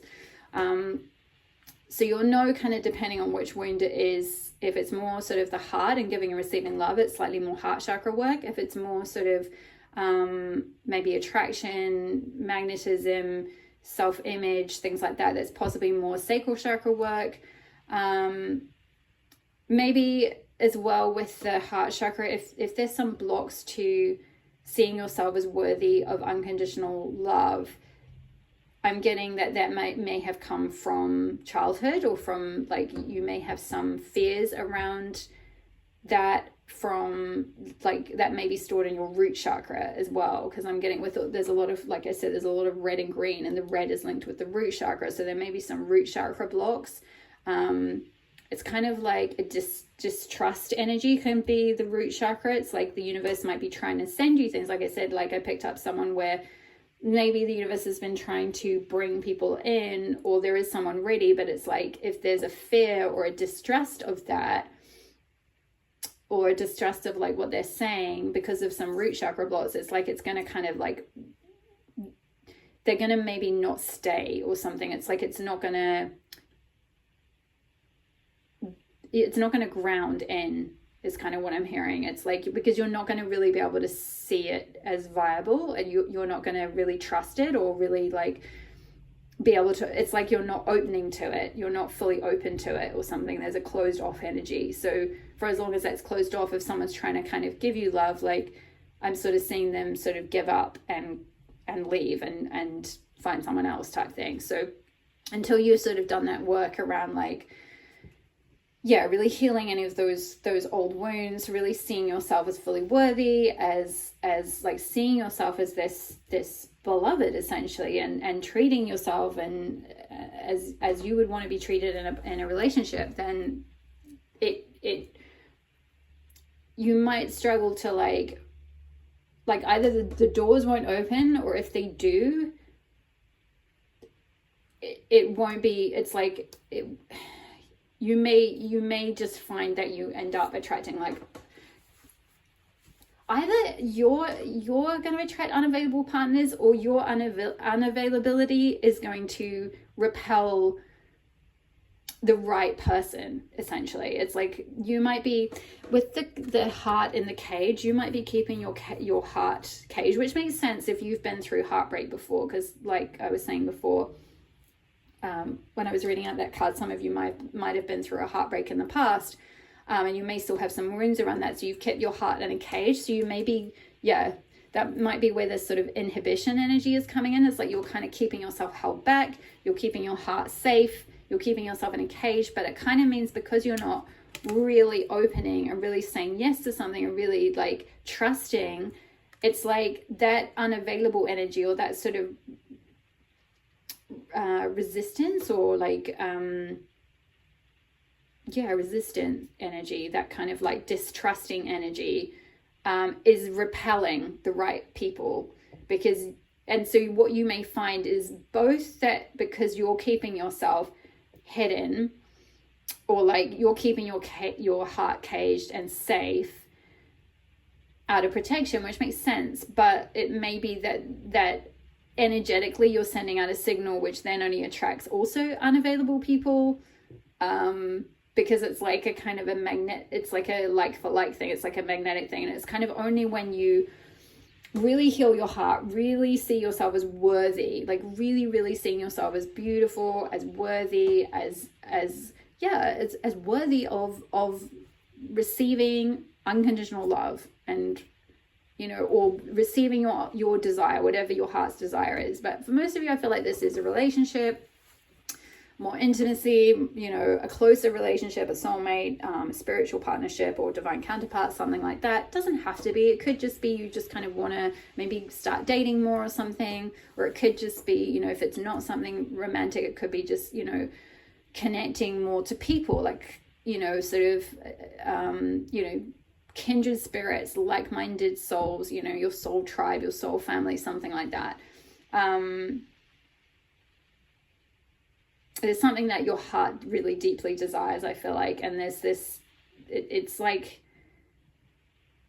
it's kind of fiery within you, but it's kind of like, I'm sort of getting this energy that like wants to come out, but it's like at the moment it's being kept down or kept sort of hidden. There's sort of a rigidity here, so definitely that's for me. If you're feeling that, and you know that you're kind of putting up a bit of a wall, or that your heart is quite caged, or you're keeping yourself kind of locked, or you're not letting this desire sort of overtake you, there might be some sacral chakra blocks there, where it's like, yeah, this kind of the energy wants to move, it wants to melt. It's kind of like melt into that like beautiful feminine flowing energy.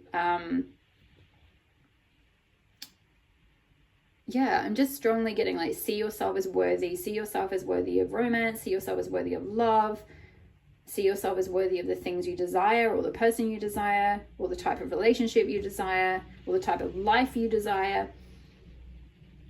Yeah, see and believe yourself to be this beloved, like feel this beloved within, create that union within first. I feel called to read the guidance from the Damiana card. So number 11.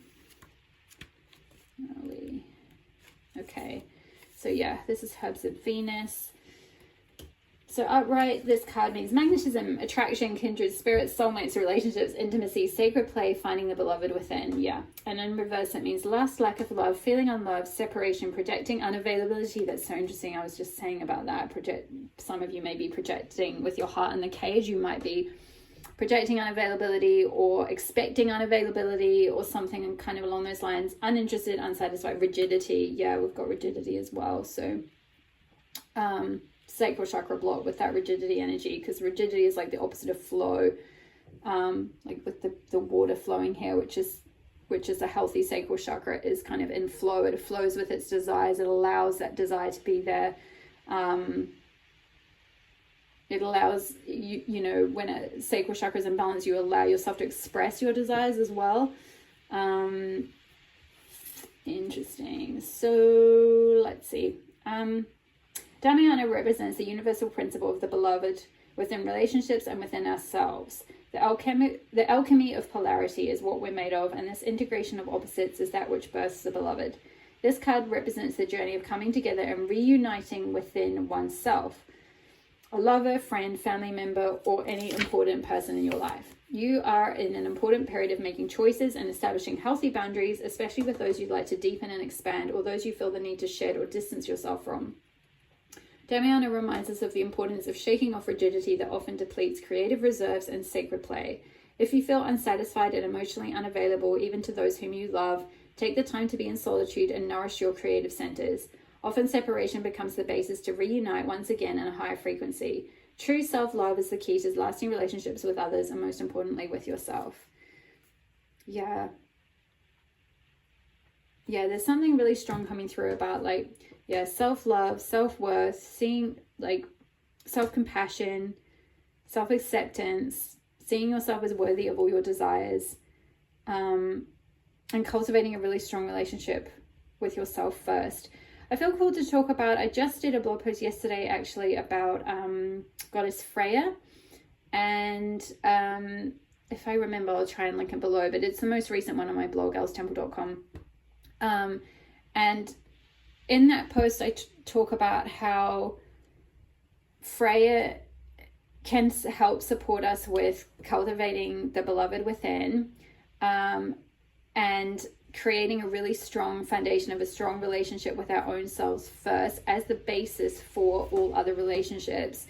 And also, because she's like both a love goddess and a warrior goddess, she can really help with setting healthy boundaries as well. So for those of you where you're maybe, for those of you where there's a distrust thing coming through, and you're keeping your heart caged and hidden, or keeping yourself sort of hidden away because you maybe don't trust yourself to discern someone's intentions, or that you'll get hurt or something like that, calling on Goddess Freya can help you to know when to assert those healthy boundaries, to know, you know, to find that sort of healthy balance between like opening to love and, you know, enjoying that and relishing that and seeing yourself as beautiful and, you know, kind of yeah, kind of love is a natural part of life, and we're supposed to enjoy that, right? And we're supposed to, you know, enjoy that possibility and relish that, you know, the desires that we have, and enjoy our body and that kind of expression of that side of things. But also, you know, there's a need sometimes to like set healthy boundaries and to kind of like discern where someone does or doesn't have your best interest at heart. You know, I'm picking up again something to do with availability, and maybe for some of you, if you've been trying to date and you've been only attracting unavailable people, it could be to do with,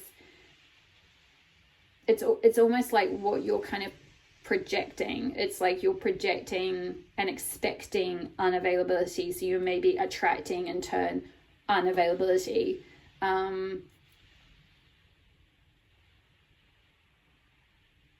It's I'm kind of strongly getting, I'm hearing root chakra healing because there's a distrust issue here. So there's something to do with like trust that may have been broken in your childhood or in teenage years that's caused a block in your root chakra, or caused some sort of a like a sort of distrust in the stability of something in your root chakra. Or it could have been because of this heartbreak. If this card was talking about, you know, you might have gone through a past heartbreak that your heart is healing from, but there could just still be a little bit of like resistance to opening and trusting someone new or something new. So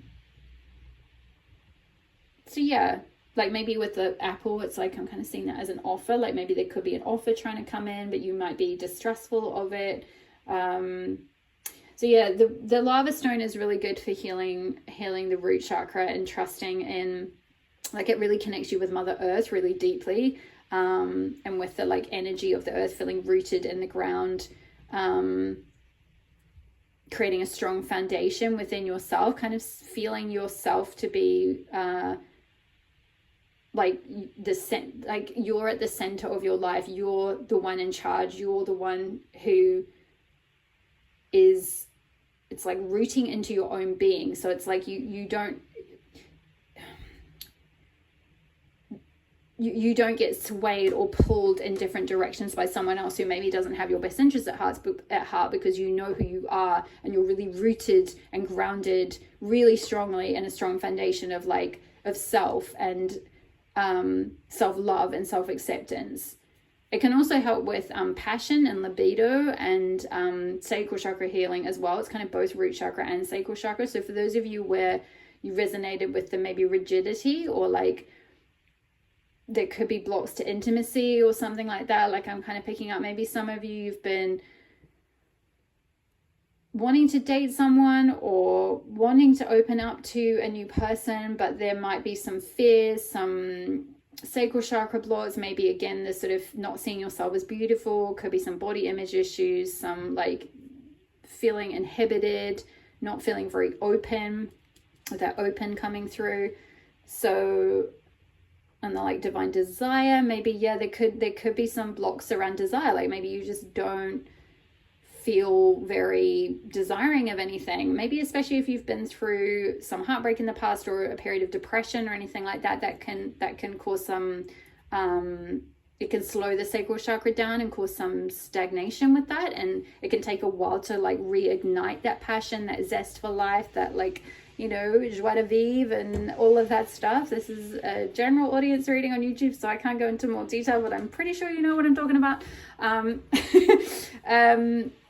So yeah, like if you're finding that like you want, maybe you want romance, or you want more intimacy, you want more you want a sacred relationship, romantic relationship, but you're, you know, maybe afraid of sharing your body, or you're afraid of intimacy, or, you know, or you just feel like you've lost the desire, or you've lost the libido, or whatever it might be. It's like maybe lava stone, doing some healing around the sacral chakra can really help to like get things flowing again, because this card did talk about, when I was reading out the meanings, I mean it didn't come out in reverse, so I think that's good, but for some of you I felt called to still read out the reversal, the meanings that came out, if it did come out in reverse, because there might still be some like issues with kind of rigidity, or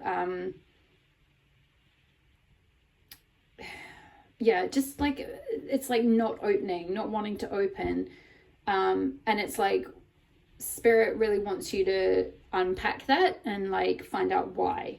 But because there is a beautiful romantic relationship that wants to come through, or if not a relationship, then just more beautiful people, or you know, soul tribe or whatever that want to come through. And like, whilst the sacral chakra can rule, you know, sexuality and all that sort of thing, and play and everything, it can also be, you know, magnetism and creativity, and, you know, just passion for life and wanting to kind of connect with people, generally speaking. So even if you're not at all interested in romance, or maybe you already have a partner and that's not something you want to call in, you know, you may still feel a bit like, yeah, actually, like, yeah, I've sort of lost my joie de vivre for life, or I've lost my zest for life, or I've lost that sense of looking at the world through a kind of romantic lens, or feeling desire for anything or anyone anymore. Like, I feel kind of stagnant, or even just like your creative fire has gone out or gone stagnant or something like that. Or like, maybe you just, yeah, there might be some issues around, like, maybe you have a partner and everything, but like you might feel a bit inhibited with them, and you don't feel very open to being intimate, or to, you know, yeah, kind of sharing with them, because there might be some inhibitions here around self-image. So there may be something around, yeah, like healing your self-image or something like that. Let's get a little bit of tarot with the Everyday Witch, and then we'll finish up with reading the guidance from the Love Your Inner Goddess card. So, Goddess BENZAI-TEN, what is this? Ooh. Yeah, scarcity, 5 of Pentacles, and Wheel of Fortune. So something's going to turn, something's going to change, something's going to come through for you. I'm just noticing like the heart that's kind of like next. Like, maybe there's something you're getting, like the house could be symbolic of like your roots, your home, things like that, creating some kind of foundation. And then the next thing to come is like love. So if you have been trying to manifest like a romantic relationship or something like that, it's like that is coming in. But there's a sense of lack, of scarcity. This is like, I definitely feel like this is worth a sense of scarcity in terms of how you think about yourself, in terms of like, yeah, your worth. You know, 5 of Pentacles can talk about low self-worth. That may be reflected in your finances, or it may just be reflected in other things like relationships and things like that. Or yeah, you may just like feel left out in the cold. Like, so I did pick up on, I was saying something earlier about rejection and acceptance, feeling rejected. So 5 of Pentacles being like left out in the cold. So you might feel like left out, rejected, maybe by dates or by romantic partners, or you have a sort of internalized rejection, because maybe from that past heartbreak, there may have been some, like, yeah, some wound that has made you feel lesser than, or diminish your self-esteem or self-worth, or made you feel kind of left out in the cold in some way.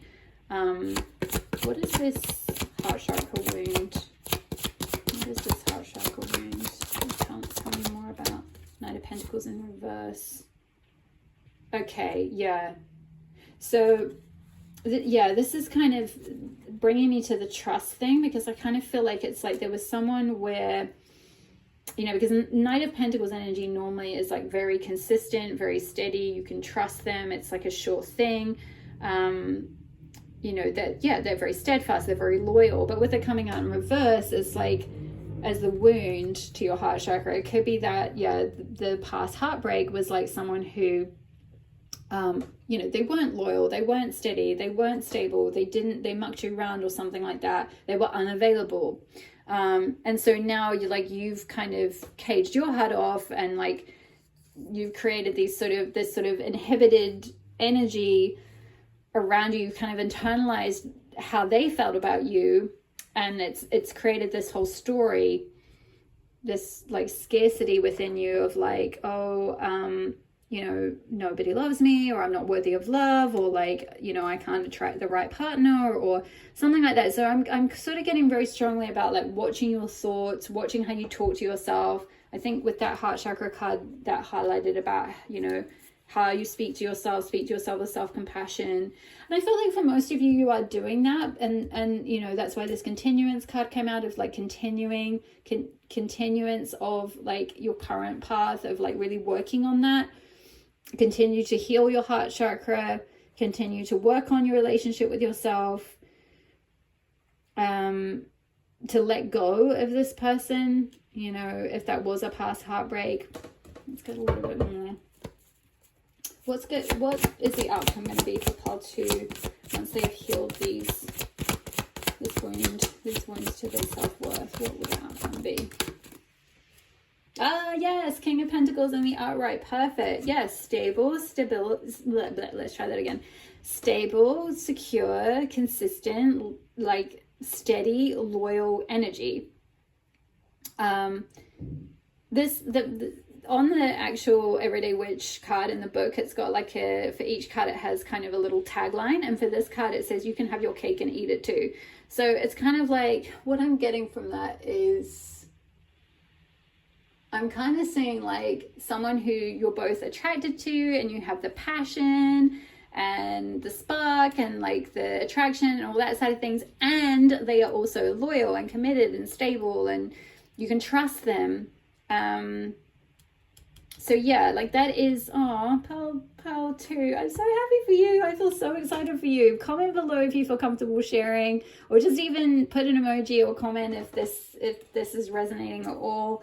You know, or even if like you might be a little bit further ahead, you know, you might be in the process of, you've already attracted this person, and this is all just confirmation that you've been doing the right thing, and this person is here for you, like open to that, trust in that. This is like a kind of reward for like, you know, all the pain you went through, that past heartbreak. So especially if you are a little bit further along and maybe you have already attracted this person, you could comment below to give encouragement to those who might be still in the earlier stages of like healing from a recent heartbreak or a past heartbreak, or kind of still feeling a bit rejected or left out in the cold, or attracting unavailable people or something along those lines, or still kind of healing from this previous person, this knight who was not very loyal or stable or whatever it might be. Yeah, because I kind of get a couple of things. I feel like for some of you, you might already know this person, you may have already met them, you may be dating them, and it may just be working on your self-worth to really open to this relationship, this new person that you've met, or this relationship you've called in, to kind of really trust, to really see yourself as worthy of this person, of this King of Pentacles, to really see yourself as the beloved, to continue the relationship with yourself. And as you continue with that strong relationship with yourself, so you will see the relationship with this other person reflect back and mirror back, right? Because relationships are just mirrors for how we feel about ourselves. So you'll just see that reflecting back how you feel about yourself from within. So it's just to continue, even in this relationship with this new person, to continue cultivating and nourishing and caring for and loving yourself.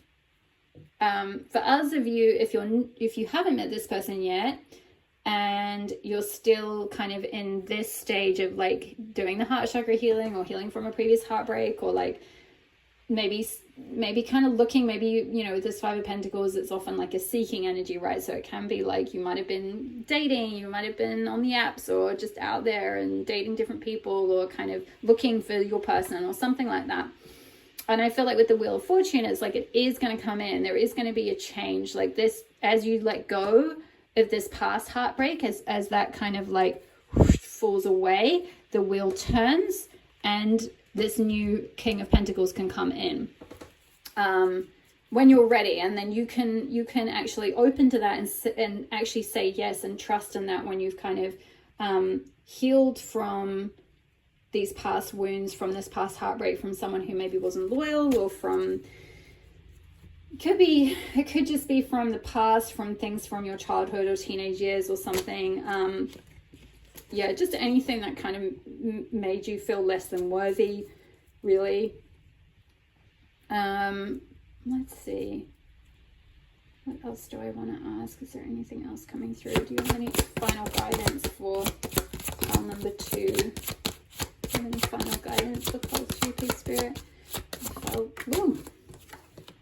7 of Pentacles. Yeah, just trust that it's coming. Trust that you've planted the seeds. Keep going with that continuance. Keep going with what you're doing. Keep going with the work.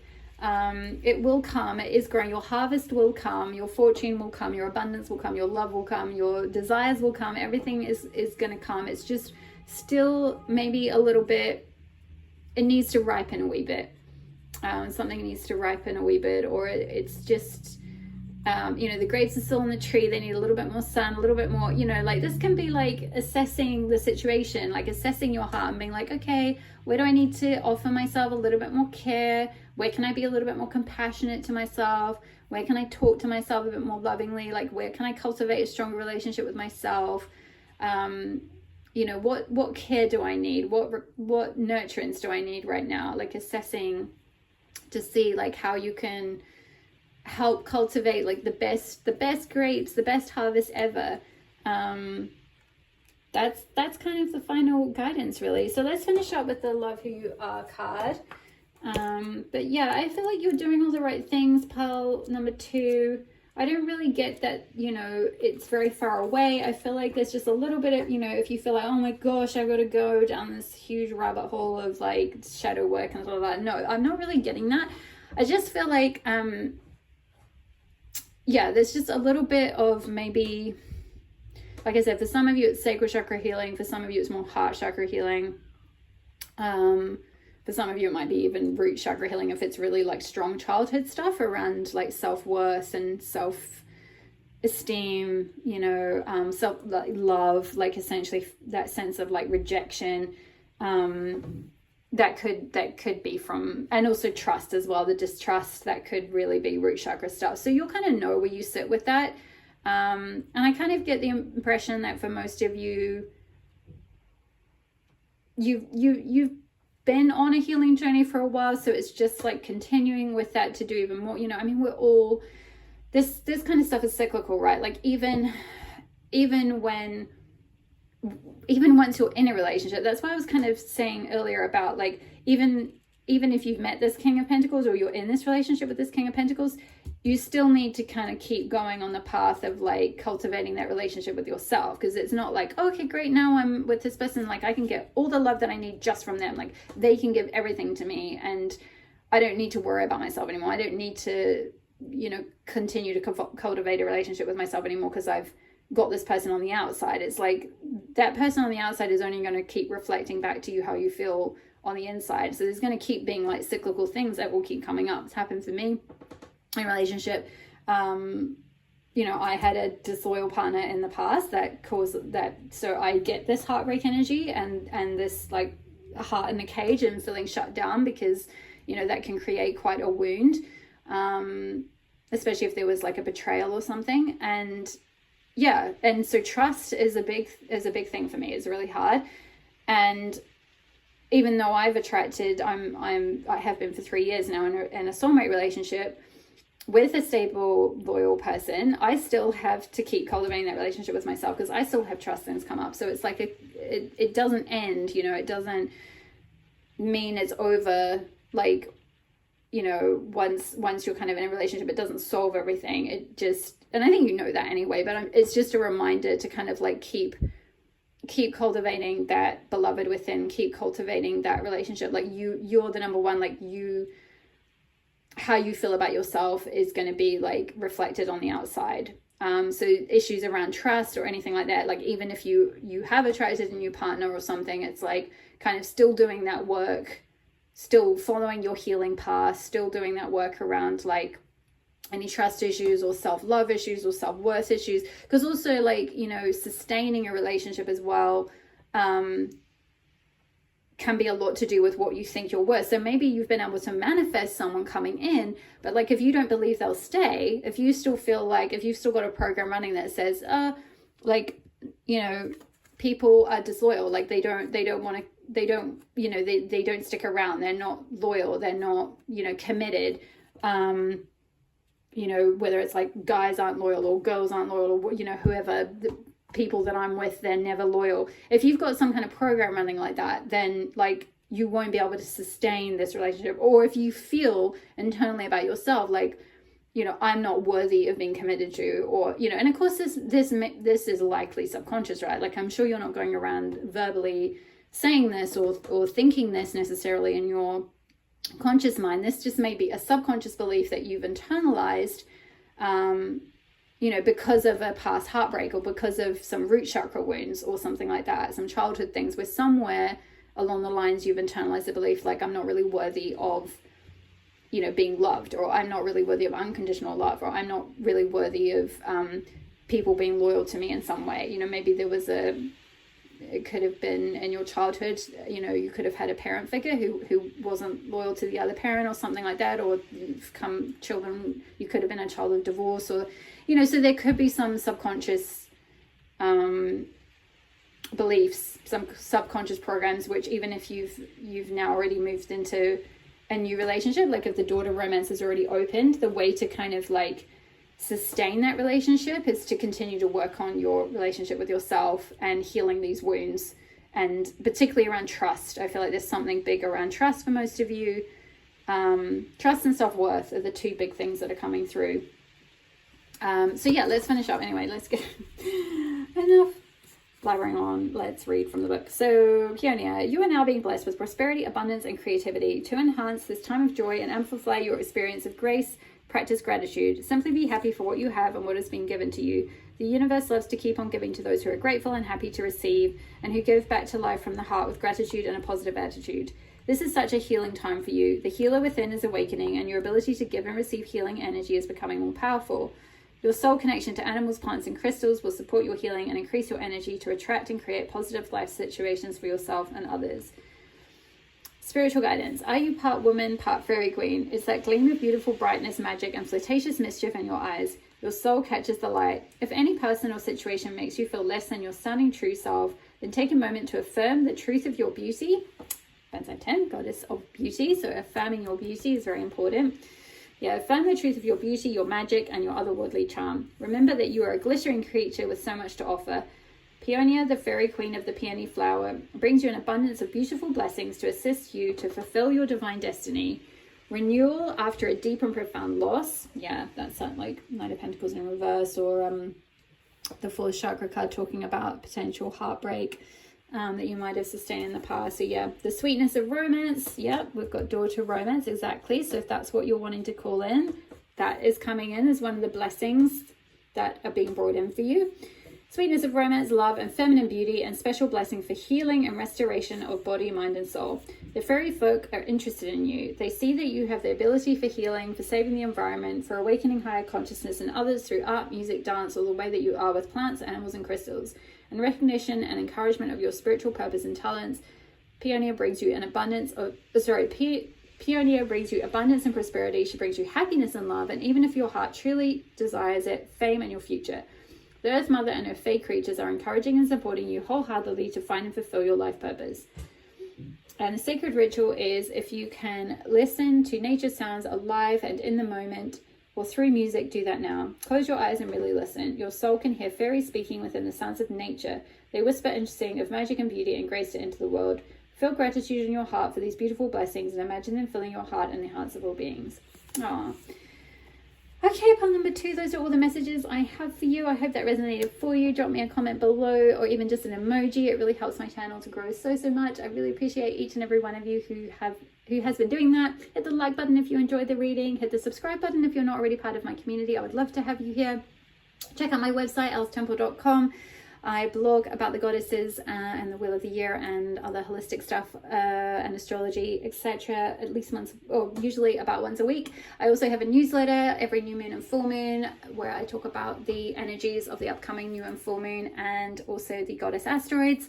I offer private readings which you can book, and also goddess asteroid readings on my website, and I have a Patreon as well. Els Temple on Patreon, where I do in-depth goddess readings and path working. All the best with this path you're on, this daughter romance that is offering. I would love to hear from you. and I will see you in the next reading. All my love. Bye. Hi there, pile number 3. If you chose Goddess Brandwen with Forgiveness, card number 7, or the Adventuring Crystal, then this will be your reading. So I'm going to start off with some channel messages coming through from Brandwen, and then we'll get into your oracle cards, which I've pre-pulled, and then we'll also be taking a look at tarot. We've got the Goddess Tarot for your pile to get some additional detail, and then we'll finish up with the Love Your Inner Goddess card and Ritual by Alana Fairchild. So last couple of piles have been pretty long and pretty in-depth, so let's just get straight into it. So what's coming through from Goddess Brandwen about forgiveness here? I feel like I'm getting a lot of the color green. The color green is coming through really strongly, and also you've got a green crystal here with Adventuring as well. So this is heart chakra healing. This may be to do with a romantic relationship, but more strongly I'm feeling that this is to do with a parental figure, from something like wounds in the heart chakra related to something in childhood, or yeah, possibly something with a mother figure as well. Brahman was a mother goddess. So yeah, it could be a mother figure or a caregiver or something possibly from childhood, but I feel like there's something or someone that you need to forgive in order to move forward on your path. I feel like whatever it was that happened to you in your childhood, and I sense pretty strongly that for many of you it may have been abuse, and I'm so sorry, Paul 3, that you have gone through something like that. But I do feel like, as much as obviously, you know, no child should ever have to go through any kind of abuse at all, and with the forgiveness message coming through, it's saying, what I'm hearing is like, it's not to forgive in order to condone, and it's not to forgive in order to say like, okay, well, that was just okay, you know, like I'm just gonna forgive and forget, like it was okay. It's not to say that. It's just to forgive so that you can take your energy back and your power back from that situation and move forward with your life. It's not to kind of condone what happened or condone what they did or condone the actions or the abuse or the trauma or whatever it was that was inflicted upon you, but to just take your own power back from that situation is really strongly kind of what I'm getting. And also as well, I feel like there is something around that situation whereby your soul went through that trauma in order to heal from it and learn from that healing process, and then that process act as a sort of initiation into like your deeper soul purpose in some way. And if you hadn't come into this life and had that trauma, if you maybe just had like a really perfectly unconditionally loving childhood and everything had been really smooth sailing and really, you know, like model parents and all of that kind of thing, then it wouldn't have given you the initiation that you needed on this particular path that you're on. I'm getting with the number 7 here. This is just strongly making me think of like, you know, the 7th chakra, the crown chakra, being on a spiritual path.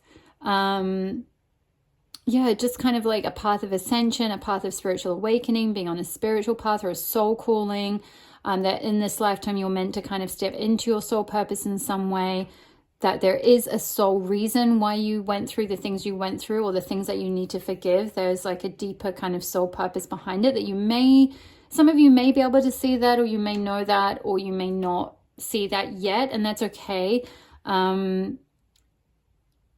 What I'm hearing is like it will come in time. Like you'll see, it'll be revealed in time. You'll see the kind of deeper spiritual purpose behind it. And I feel like it's something related to how you heal it, or how you work through it, or the healing that you've had to undergo, or the process, whatever it is that you've had to do in order to heal from that abuse or that trauma, or the things that you have to forgive. It's like, it's kind of made you the person that you are. And I'm kind of also hearing as well, it's like meant that you were someone who has come into this, like you've incarnated at this time in order to like change the lineage, change your lineage, like heal like a family tradition, or a family, like there could have been like this abuse, I feel like, because, you know, this is the thing with abuse, is that it's come from somewhere, right? You know, and it's kind of like your parents or whoever it was that you sustained the abuse from. It may not have been a parent, it may have been someone else in childhood, but I feel like it was a caregiver or something like that. Whoever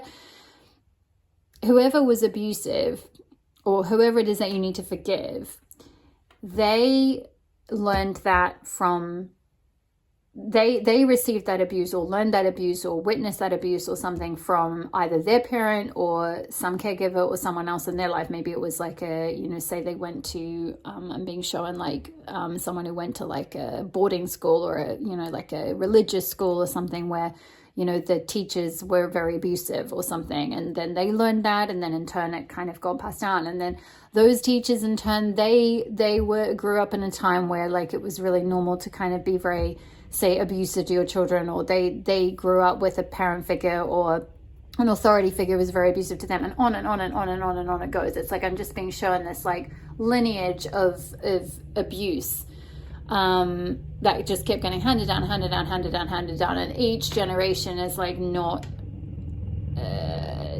had the consciousness to kind of like heal from it. It's interesting, I'm hearing a helicopter, and it's really weird. Earlier on today I watched just randomly, I hardly ever watch shorts on YouTube, but randomly I watched a short about like helicopter parenting. Like it was like a comedy thing, like a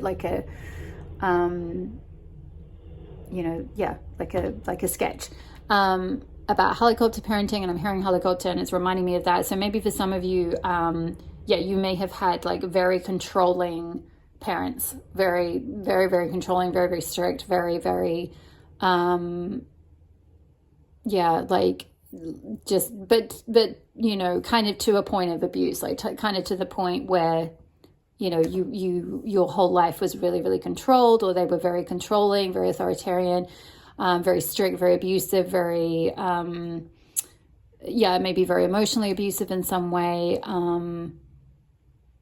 I'm hearing narcissism. There might have been very, very high expectations put on you, particularly academically. You might have come from a certain culture as well, where that was very embedded in the culture. So yeah, and again, I kind of feel like they were brought up in a similar way, or they witnessed that, or like there was something that sort of got handed down, and then it goes back and back and back. And you are like the first generation. You're like, I feel like you're either a starseed, an empath, a light worker, a healer, someone who has been born to break that, you know, in this great time of awakening, right? More and more starseeds and light workers and things like that are awakening on the, or being born onto the planet at this time to you know, help ascend. Number 7, the spiritual path, to take that spiritual path and ascend, go on that path of ascension and awaken, and be the ones to transmute their family line or their family lineage or abuse or that sort of density that exists here on earth. And so I feel like connecting in with your crown chakra, and it's interesting, Goddess Branwen is pictured with like this golden crown, this like beautiful golden crown that she's wearing on her head, which is like really highlighting her, and it's all lit up around here as well, really highlighting her crown chakra. So I feel like connecting in, like healing and opening and connecting with your crown chakra, connecting in with your guides, connecting in with your higher self, your spiritual self, will help to see the divine reason behind everything that you've experienced on earth, and all the things that you need to forgive and why they happened, and understand them from that spiritual place, or understand them from the spiritual design essentially behind it. Because I feel like in doing that, it won't just feel like, it will help to empower you, is what I'm getting at. You won't feel so much like a victim of, you know, abuse or trauma, or like so sort of stuck in that, and that is your whole story for the rest of your life, and that you're kind of defined by that. You're defined by what happened to you. You're defined by how you were treated, or whatever it might be. Or you're defined by how your parents like saw you, if they were very controlling or manipulative, or kind of demeaned you in any way, or whatever it might be, belittled you in any way, or kind of, you know, whatever it was that happened. It's like you, by understanding the spiritual purpose behind it, why you had to go through those experiences, and connecting in with your like higher self, your team and spirit, to understand how to navigate through healing that, and finding your purpose in this lifetime, and like how you can kind of heal that whole lineage, and that you're here to be that like curse breaker, or that yeah, the one who breaks, like generational curse breaker is what I'm hearing, or and a healer of ancestral patterns. Once you can really connect in with that role, and that is part of your it's not your whole purpose. And by the way, that may not have anything to do with your job or your career or anything necessarily. This is just something that your soul is here to do at some point in this incarnation. When you're really connected in with that, it will help to empower you out of maybe any sense of like victimhood, or disempowerment, or feeling like defined by that abuse, or defined by that trauma, or defined by how you were. Oh, I've just seen the light's gone out, and the candle's gone out. Let's get another one lit. Yeah, so everything that happens in a tarot reading usually has some kind of relevance. So I feel like someone tried to, that's definitely narcissistic abuse, or some, you know, it could be some other type of abuse, but trying to dim your light, trying to diminish you, trying to extinguish your light, that can come from often narcissism or narcissistic abuse, or you know, those types of things. It doesn't have to be. It doesn't necessarily mean that the person we're talking about had you know, MPD. They might not have a personality disorder, but there may have been certain narcissistic or emotionally manipulative or abusive ways of relating, certain dynamics within your family, or within your upbringing, or, you know, it could have even been a teacher, it could have been another caregiver, something like that. But there's something that once you're able to forgive this, I feel like what I'm hearing is like things will start to flow and open up for you. And you'll receive more nurturance and love and care from the people around you, once you're kind of like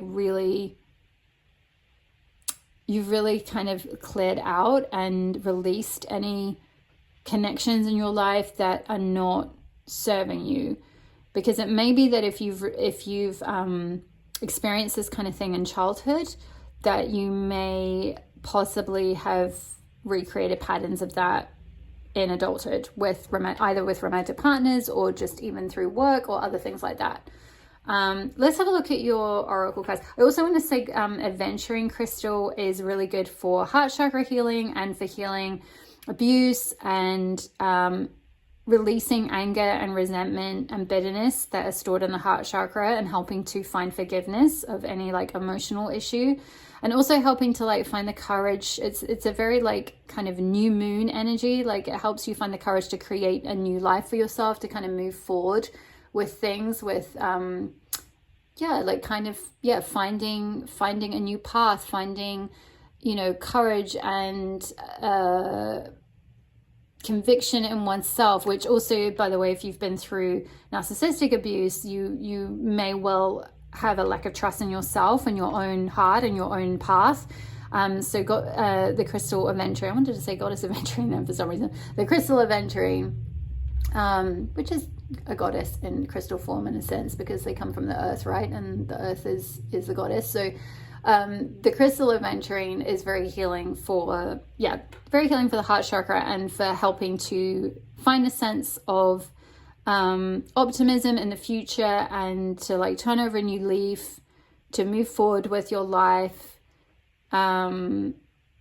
Yeah, to kind of like let go of the past, let go of past resentments, all of that kind of thing. So that could be a very good crystal to get hold of. So let's have a look at all your oracle cards. And you've got quite a few, so hopefully I'm just gonna make sure they all fit in. So we've got women holding a coin, card number 42 in reverse. We've got Bombensano with trust, card number 8. We've got hope, card number 38, and you've got a second green witch card. You've got card number 15 with happiness as well. We've got card number 30 with the garden and the gate. And we've got her eye ever open, goddess Tara, and Tibetan quartz, card number 37. We've got the crowning, initiation, thresholds, birth, rebirth, a seat at the table. Yeah, what was I just saying about initiation? And daughter of the sacred daughter of the sacred heart, card number 8. Let me just move these over.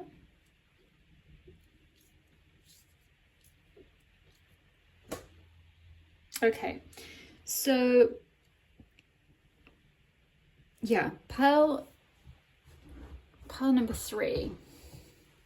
Let's start up here in this corner. So woman holding a coin in reverse. I'm just going to go straight to the guidebook with this one, because with these cards there's very specific meanings for the reversed. So where are we? 42.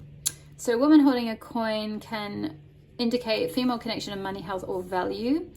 And in reverse, it says this card reverse could indicate that you're feeling unsure or fearful about finances or some health issue. It could also reveal a lack of value for yourself and your own life. So yeah, that could be one of the things that could have been installed. There could be a bit of low self-worth. Yeah, feeling a lack of value, particularly if you had a certain level of like narcissistic abuse or emotional abuse or something like that, or people not valuing you or your uniqueness in childhood or something like that. Pointing to someone else, when this card comes in reverse, it shows a woman who may be reducing your own money or simply may not have your best interests in mind regarding your financial affairs. It could also be someone who devalues or criticizes you or causes you to doubt your own value. Yeah, that's narcissistic abuse. Someone who devalues or criticizes you. The devaluing thing is a huge trait with narcissistic abuse.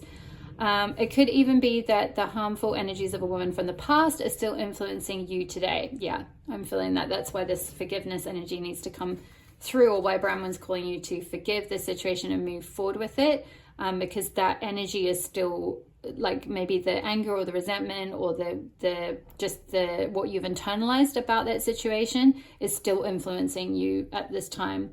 So be aware that you don't have to let anyone else's negative vibration influence you at any time. Release any toxic connection and know that you are free to define and value yourself no matter what. So yeah, it could be again as well with releasing connections. And I think the Branwen card also talked about, in the guidebook it talked about like letting go of toxicity and walking away from anything that's not serving you. So it may be that for some of you, because of like low self-worth or low self-value or some issues around that have come from childhood, you may now be either in a connection now or in a workplace now or some sort of situation now that also doesn't value you, that you may need to walk away from or just be aware of or something. But for most of you, I kind of feel like it's less that it's playing out now and more that like internally, like the particularly what it was saying about the criticism, like someone who was critical of you or devaluing you or something like that. It's like that energy may still be haunting you a little bit or impacting your life now. With the garden and the gate being underneath, this card talks about like having the courage and the confidence to kind of like leave behind the comfort zone.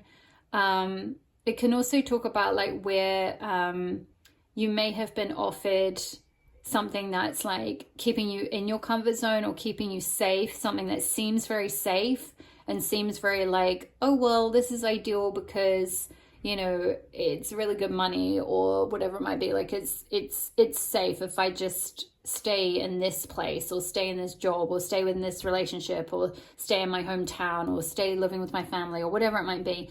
It's like, you know, kind of you know, the gate gives sort of an illusion of safety, but with the butterflies being here, this is symbolic of transformation, and we've got this sort of big expanse that's kind of like in the distance, and the figure's kind of like looking out like, oh, but maybe if I had the courage to kind of like go out there, maybe I could see what's out in the world. And it kind of, the energy of the card is talking about like being careful not to always play something so safe that you kind of cut yourself off from like the life you're meant to live or the expansion that you're meant to experience, or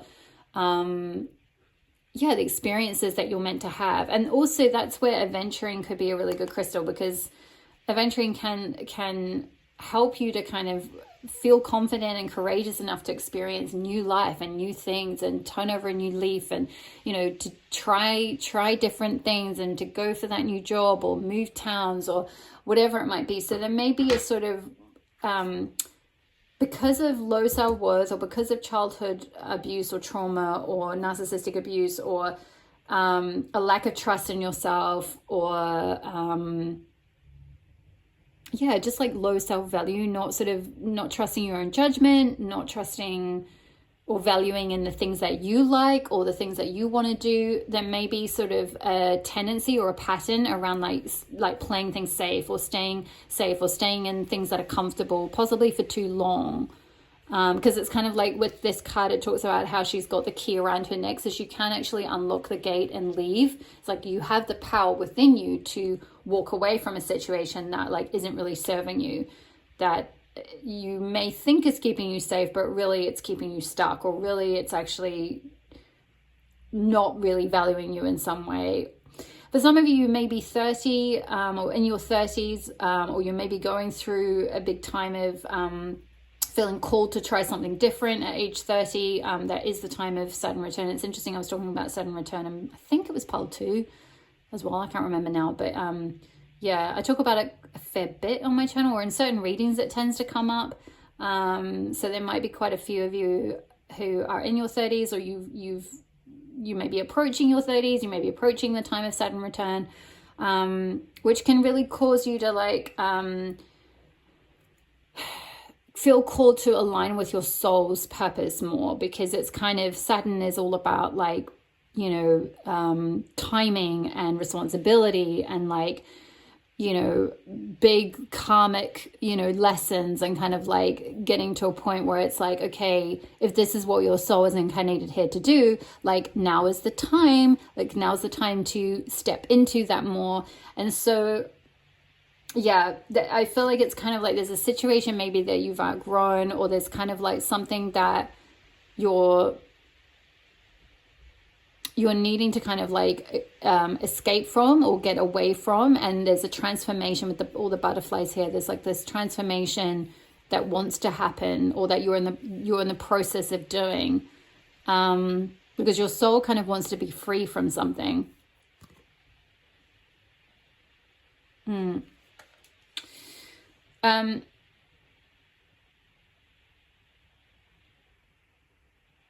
With the trust card here, yeah, I feel like this is being right next to the woman holding a coin in reverse, where this card was talking about someone being like critical or devaluing you, or instilling a lack of self-value or something like that. I feel like, and particularly if it was some kind of narcissistic abuse, or really any kind of manipulation or emotional abuse or anything like that, anything that's caused you to like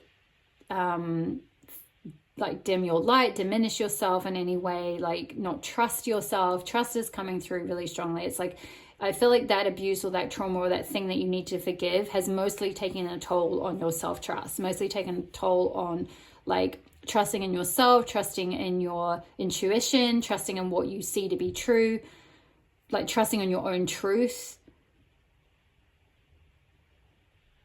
Yeah, trusting in your path, trusting in what you like, what you want to do, what you want to explore.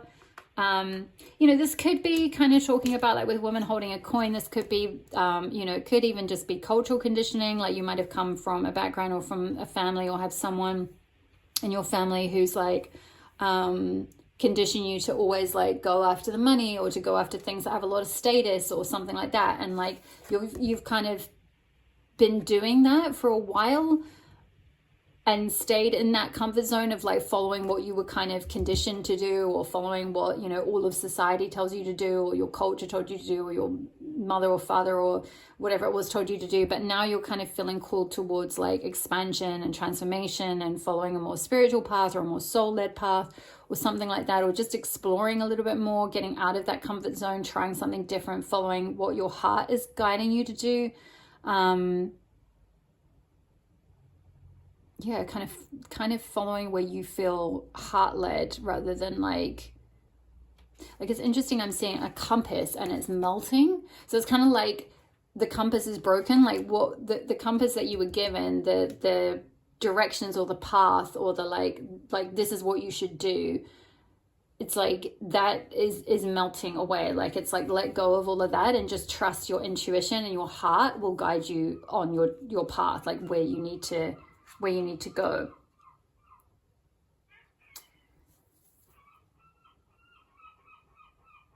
Because I feel like the more you can kind of trust your soul and trust your higher self, trust your path, it will lead you to, with this daffodil here, this is like spring energy. This is like a new beginning. Again, I was talking about new beginning energy with the aventurine. So like a new start, a new life, new like a restored, a sense of hope in humanity again as well. Like maybe for many of you, if you have had some kind of like put that back in reverse. If you have had some kind of, you know, come from a sort of abusive background where that's really damaged your trust in people, and caused you to be very distrustful of like anyone else, and particularly of yourself. I feel like more strongly it's to do with like not trusting in yourself, but also with other people. I feel like the more you can listen to your inner self and follow your heart, the more your sense of hope in like the future, in humanity, in life, in the universe, in spirit, in like just everything will be like, your hope will be restored. We've got earth energy here. We've got the sign of Taurus, which is very like tangible energy, fixed sign energy. It's very like fertile energy. So it's like new growth, new opportunities. Taurus is also ruled by Venus and connected to the second house, which is all about value and self-value. And we talked about value and instilling a sense of self-value, or someone who may have like some abuse to that, or some kind of wound to your self-value coming from childhood, or coming from a parental figure, or from a mother figure, or something like that. So I feel like that is in the process of being healed. Your sense of self-worth, sense of self-value, how you see yourself, how you perceive yourself, how you value yourself and what you like and your path and what you want to do. And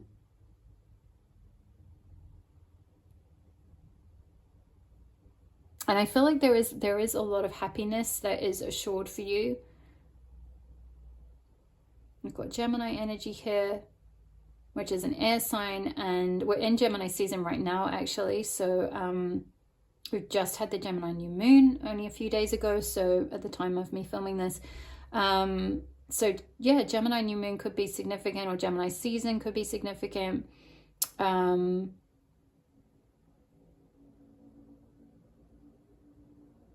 But yeah, I feel like hope and happiness are going to be restored if you've been...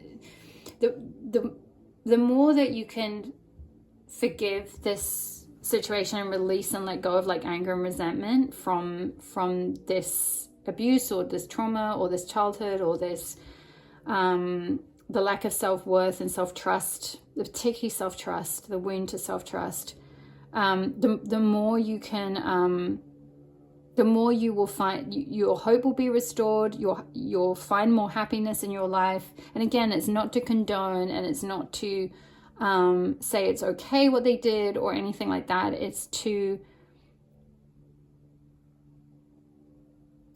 be able to empower you to move forward. With her eye ever open here, this card talks about how like you are protected and your path is protected, and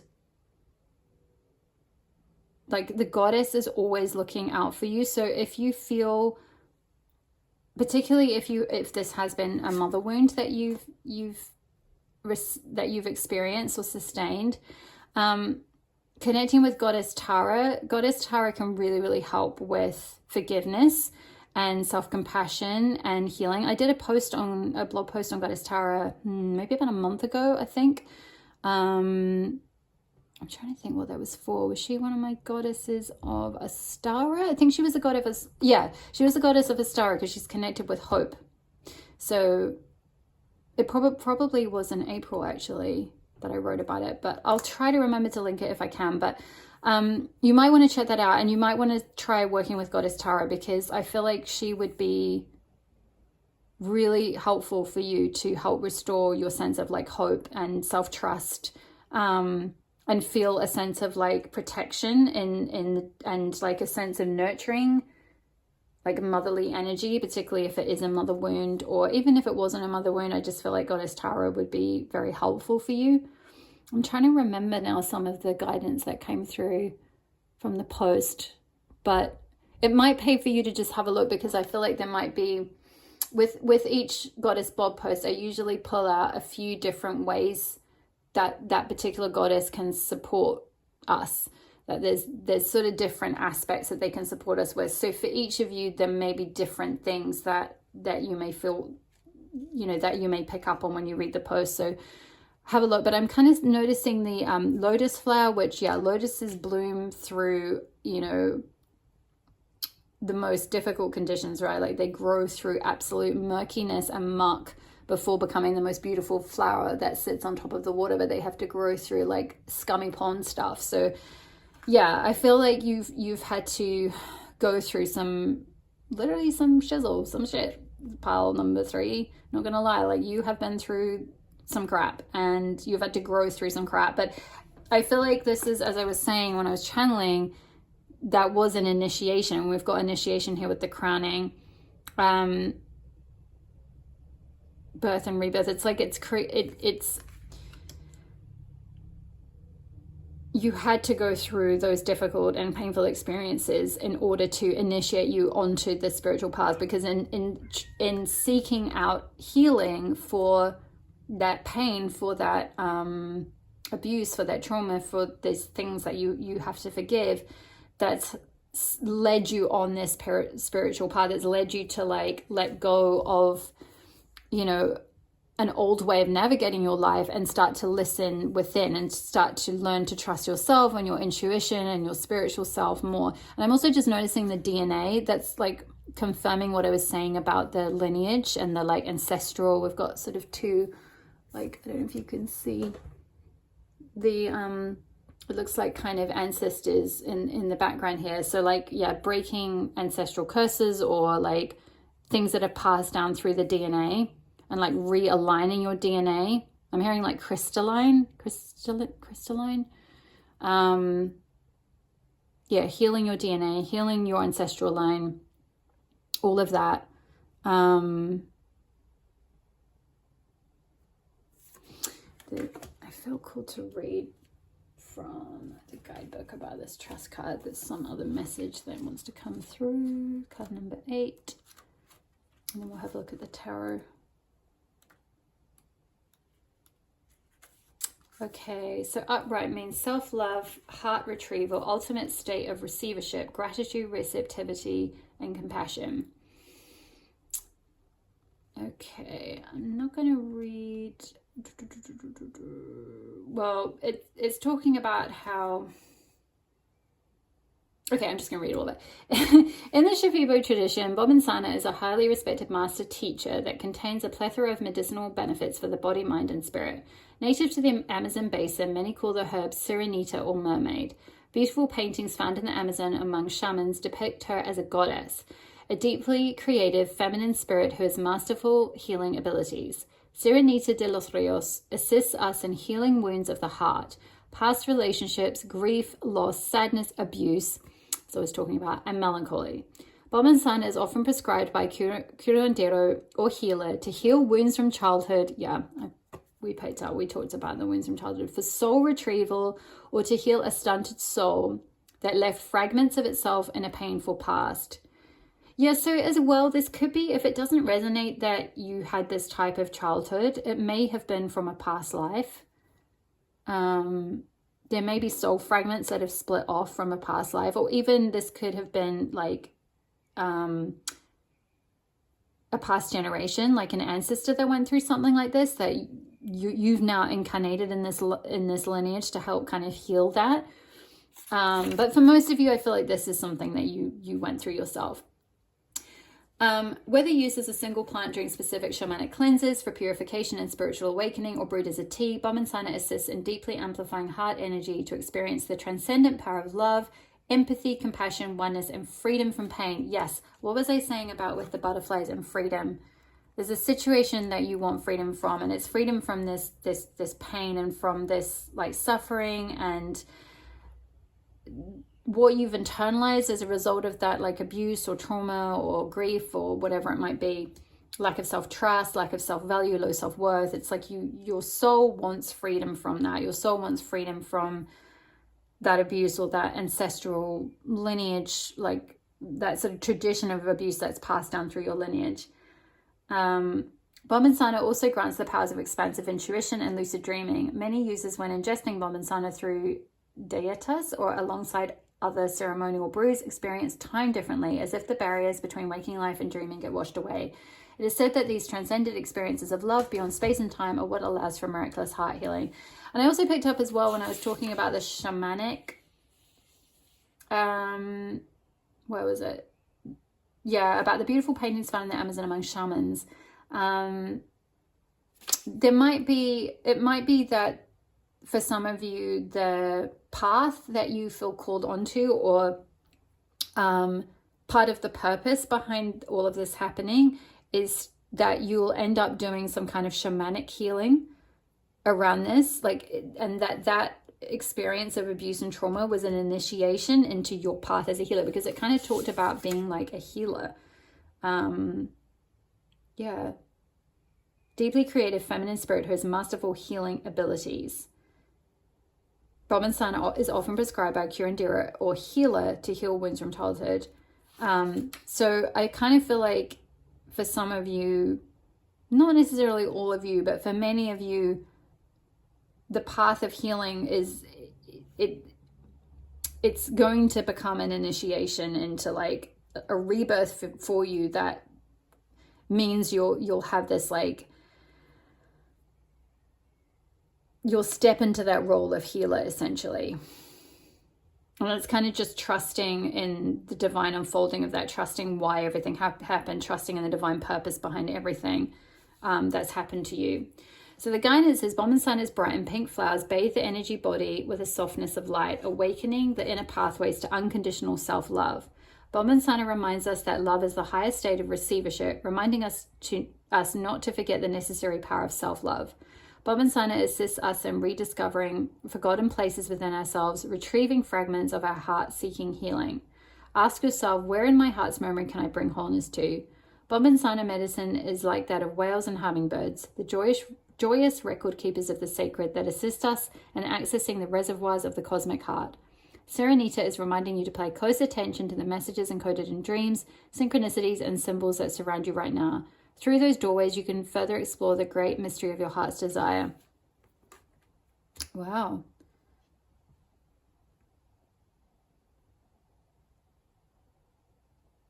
Yeah, beautiful energy. Yeah, I feel like there's a lot of heart. I mean, I think I spoke about that. I can't really remember everything from channeling, but I think I was saying something about heart chakra healing. In fact, I think I started the reading talking about the green and the heart chakra healing.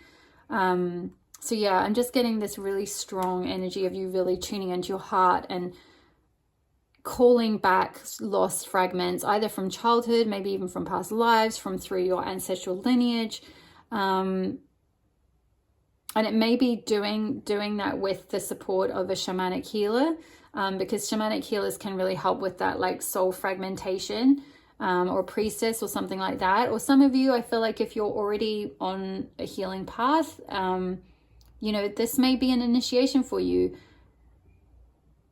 like to step into that healer role, that as you heal yourself, as you tune in and follow your intuition as to what healing you need, like ask your higher self to show you, ask your inner healer, your inner shaman, your inner wise woman or man, or however you identify, to show you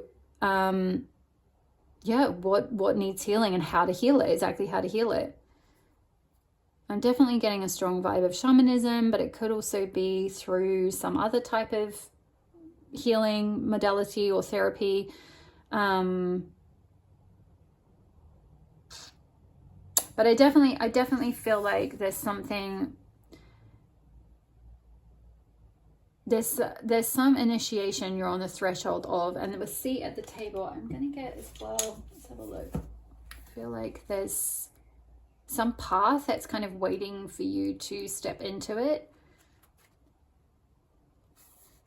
There comes a time when the flower knows that it can no longer remain in the protective constraints of the bud.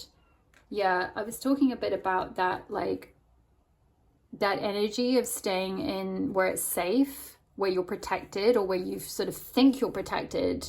It seems like you're protected, or it seems like you're safe, but actually it's like constraining you. It's keeping you, which could have been like something, again, I'm picking up that strong energy of someone who was controlled a lot in childhood or had a very strict upbringing, and you internalize that, and as a result, maybe even into your 30s, or you may be 30 now, and you may still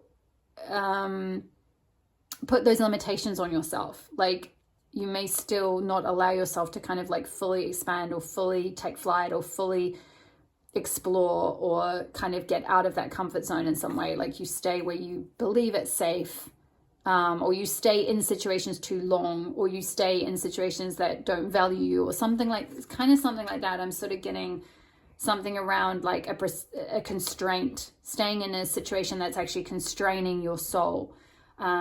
So yeah, there comes a time when the flower knows that it can no longer remain in the protective constraints of the bud. Somehow it needs to trust. We were just talking about that. Somehow it needs to trust in the birthing energy and surrender to the unknown of the bloom. The same birthing energy exists within all of nature and in birth, both physical and metaphorical. It's an initiation for the mother as well as the child who transitions from the water world of the womb to a whole new one on earth. This is a card of crossing thresholds and walking through the gates of initiation, which requires great courage and faith. There are rolling contractions, and it's almost always not straightforward. As we transition from one thing to another, we're called to burst through the constraints of the seed and then the certainty of the bud so that something new can bloom from within. We're always birthing something, and deep inside we know that the only way to surrender to the initiation is to surrender to the innate power within. This power is inner, but it's also connected with the intelligence that exists within all life. It's the same energy that tells flowers when to bloom, and it was present when you grew in your mother's womb. Trust in that. It will carry you through. Surrender to what's wanting to be born through you. Life is always trying to initiate us into even more of who we truly are. Yes, and the soul inquiry is, how is life trying to initiate you? Yes, initiate you into more of who you truly are. I feel very strongly that like that may have been something where there was a wounding around like in childhood or teenage years or something like that, around like allowing yourself to be who you truly were. Kind of like when I was talking about the candle going out, it's like your true light, your spiritual light, or the light of who you were got squashed or diminished or dimmed, and you stayed sort of trapped or constrained in fear, held yourself back from things, from expressing yourself, from trusting yourself, from trusting people. Yeah.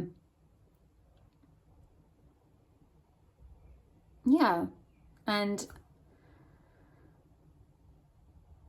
I feel like now it's like, yeah, yeah, with the daffodils, the blooming daffodils in the spring, it's like something wants to bloom, something wants to bloom through you, something wants to be expressed through you, your unique expression, more of who you really are, an expansion of who you really are wants to come through. Very strongly. It's like it's on the threshold of that. It's like it's ready to, this baby is ready to drop. Like you're ready to give birth to your true self is kind of what I'm seeing. It's like you're literally kind of like midwifing yourself, you're midwifing your own rebirth. Wow, really evocative imagery there, goodness. Part 3. We've got a lot of like mother-daughter energy. I was just, you know, I think as I was just reading out that card, it was talking about the mother and daughter, or the mother and child. And then we've got daughter of the Sacred Heart, and we've got a woman holding a coin. It was speaking about a mother figure. When I spoke about a potential mother figure with Branwen. So yeah, there's a lot of kind of mother-daughter energy going on. So that may well have been the dynamic that you're in the process of healing, or the sort of the lineage you're in the process of healing. And I feel like you're, with that kind of initiation, it's like what I'm sort of getting is like you're rebirthing into, like you're now stepping into being your, like mothering yourself, into being your own mother, like you're, as you connect with the divine feminine, like the goddess becomes your mother instead. And it's not to kind of say, it's not to like, how do I put this, Spirit? It's not to deny the role that your mother played, or to diminish in any way her duties or responsibilities, or the care that she may have given you, even if that was imperfect, in your childhood. It's just that now you're evolving into a spiritual self, into like a higher spiritual evolution of yourself. And so now that requires it's like you're going through this rebirth, and now you're now responsible, or your higher self is now responsible for like mothering this new self that's being born out of you. This, like you stepping in, you fully actualizing is what I want to say, fully actualizing into like your full true spiritual self. It's like now that requires like, you know, your earthly human mother. I feel like I'm completely botching how I'm wording this, but I hope you understand where I'm going with this. It's like your earthly mother can't mother this part of you. It's that like her role is was to bring you into this world and hopefully, you know, house you and clothe you and meet all your sort of human 3D needs and everything in childhood, and ideally emotional needs as well, though I kind of get the impression for many of you that maybe wasn't met. And so now the opportunity has come, or the time has come to like rebirth and like go through this kind of spiritual rebirth where like now you connect in with the divine feminine, or with like your higher self, or with the goddess, or however you want to think of it, and receive the nurturance that you need for this next stage, this next evolution. Whew. I feel like I didn't do a very good job of explaining that, but let's go into the tarot to get a bit more. Spirit, can we get, I've already pre-shuffled the deck, so I'm just going to get straight in. Spirit, can we get some more guidance on this? Let's start with these cards. The woman holding a coin in reverse, and the gun and the gate. Can you give us a bit more? Whoa, came flying out. Love with Venus. Self-love, yeah. Yeah, again, just I'm getting kind of heart chakra healing, love, the need to like work on self-love. There may have been some messages for you in pile 2 as well, possibly, if you felt drawn to it. There was a strong message about self-love in pile 2, but I feel like it's kind of coming from it's coming from a different, there was like different guidance, like possibly about different things, but ultimately the message, excuse me, is the same about love. The need to love yourself, the need to work on self-love, the need to heal your heart chakra. Yeah, get some more guidance on this trust card, please, Spirit. Get some guidance on this trust card. 8 of Cups. Yeah. Trusting yourself when it's right to move on from something that's no longer emotionally fulfilling you. And I feel like this is coming back to that, the garden and the gate, where you're staying safe or staying in a situation that is like you've outgrown it, or it doesn't fulfill you emotionally anymore, or it's constraining you. It's constraining your spiritual growth in some way. It's constraining your freedom. It's constraining your true self. Like your true self wants to fully actualize and wants to express itself. And it's like maybe there's a need to walk away from, you know, some situation that you've previously been in, whether that's a relationship, a job, a career path, a home, a place of living, family, whatever it might mean, a friendship group. Just something that's like you've emotionally invested in it, and it's just no longer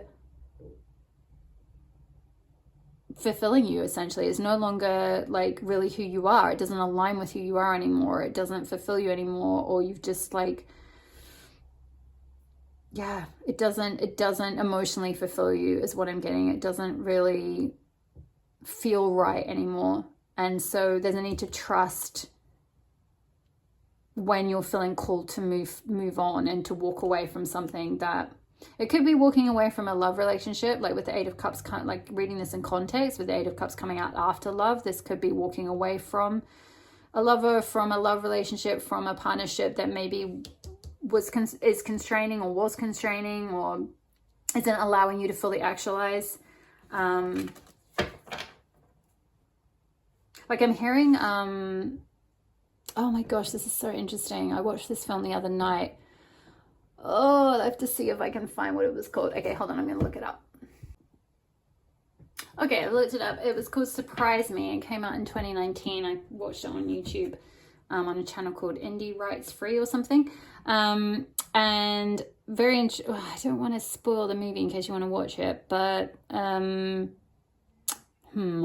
without like totally doing a like spoiler alert. Basically, the quote that I heard from the film, and hopefully this isn't gonna like ruin the movie or anything for anyone, but if you want to watch it, is at a certain point in the film, she says, I love you, but I love me more. And so I'm picking that up where like maybe some of you, that could be anything though, right? It doesn't have to be a romantic relationship, though for many of you it may be.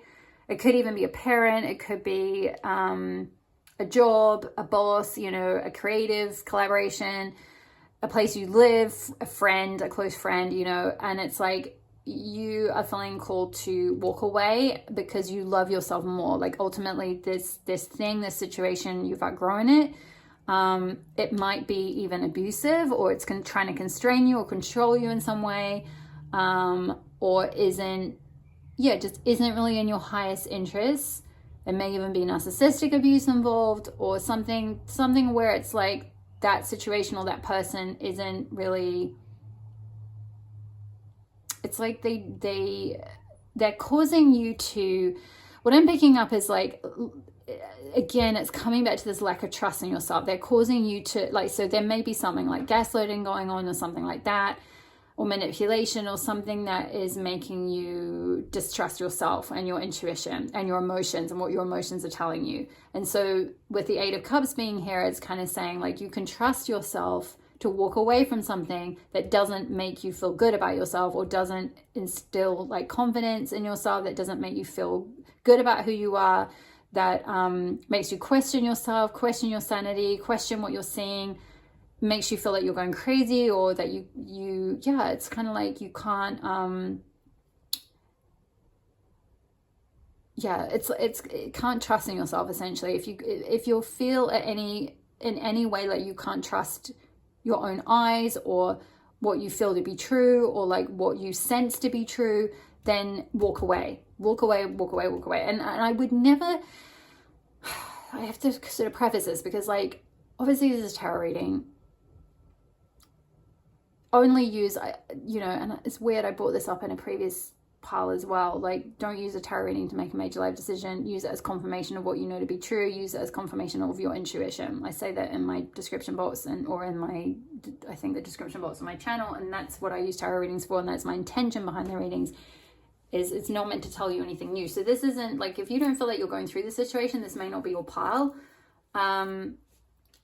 This is only if like you feel torn about something, you feel conflicted, you feel like you can't trust yourself, like you're questioning your mind, you're questioning what you're seeing, you feel like you're seeing or sensing one thing, and then the other person is maybe saying, like, you know, diminishing your trust in yourself by like undermining that in some way, either through gaslighting or through manipulating you or through telling you, no, you're crazy, like that's not what happened at all, da, da, da, da. And you're like, this, if you feel like you can't trust yourself, or if you feel like, yeah, your trust has been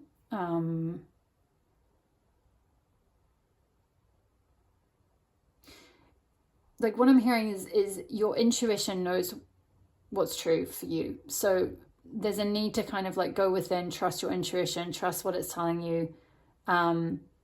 Again, I'm kind of getting Goddess Tara, her eye ever open. There's something around like you are protected.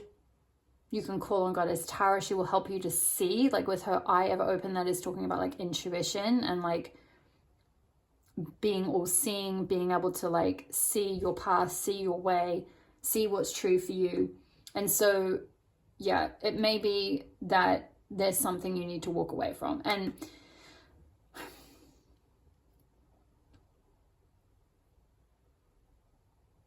you know, you have to do what's right for you. Like I can't say walk away if like you're not really maybe in a financial position to do that, for example. Like say with that, you know, I did speak of with that woman holding a coin in reverse, it did bring up something to do with like financial constraints, I think.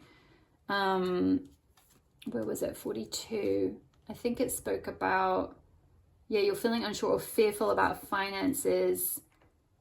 It shows a woman who may be reducing your own money or may not have your best interests in mind. Yeah, or it may be a person. It may not even be a woman. This could be a love interest, a love person, however they identify, or, you know, whatever their sex or gender is, who doesn't have your best interests at heart. That's kind of what I'm getting. And there's a need to kind of like trust yourself. If you feel that maybe they don't have your best interests at heart, or you feel like you're being undermined, or like you're being controlled, or you're being gaslit in any way, or you're distrusting your own mind, your own intuition, what you're sensing or what you're seeing to be true, your own take on reality, then I wouldn't normally say in an ordinary reading, I wouldn't really normally say walk away. But in this case, if you do feel like you are in an abusive situation like this, or you feel like you're in something where you can't trust your mind or your sanity, that is time to take steps, if you can, to find the resources that you need to walk away from something that is like undermining that. Whew. I'm so sorry, pile 3. I have been in this situation in the past, many years ago. I got through it. I got out. It is freaking hard, but like I've said this in my High Priestess readings, I talk about this on my Patreon, that a lot of the time those types of abusive relationships are initiations into a spiritual path, into a path of being a healer, because they are so painful and they cause so much distress and like lack of self-trust, that like the work to like restore that is kind of really connecting them with the inner self, with the higher self, with your intuition, with your spiritual self. That is kind of the path, really.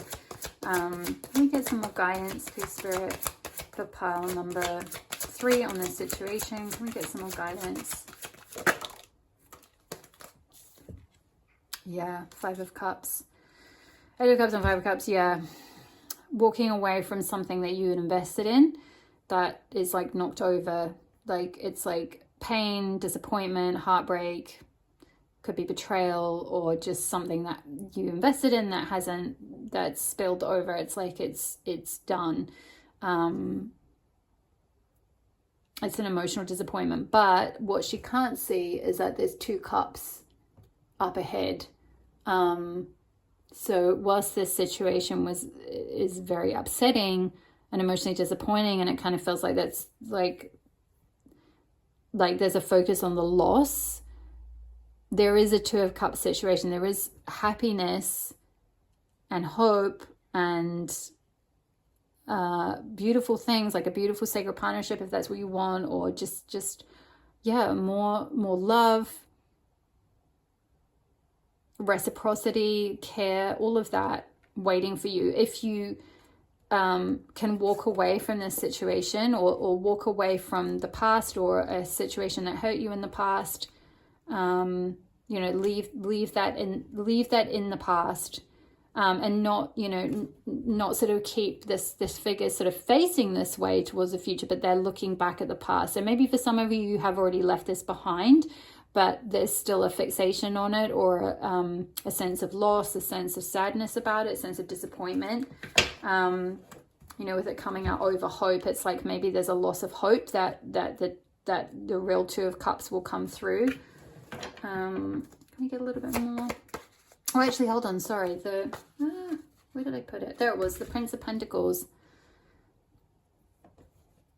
also came out. So yeah, like the 5 of Cups, this figure is looking over here, and this Prince of Pentacles wants to come in and make a stable offer.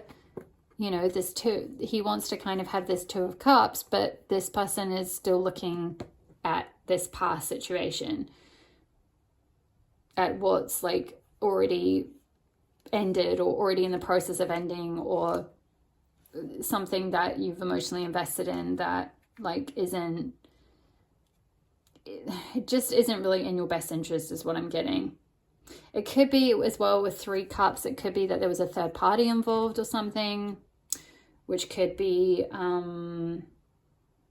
it could be why I was picking up the narcissistic situation, the gaslighting.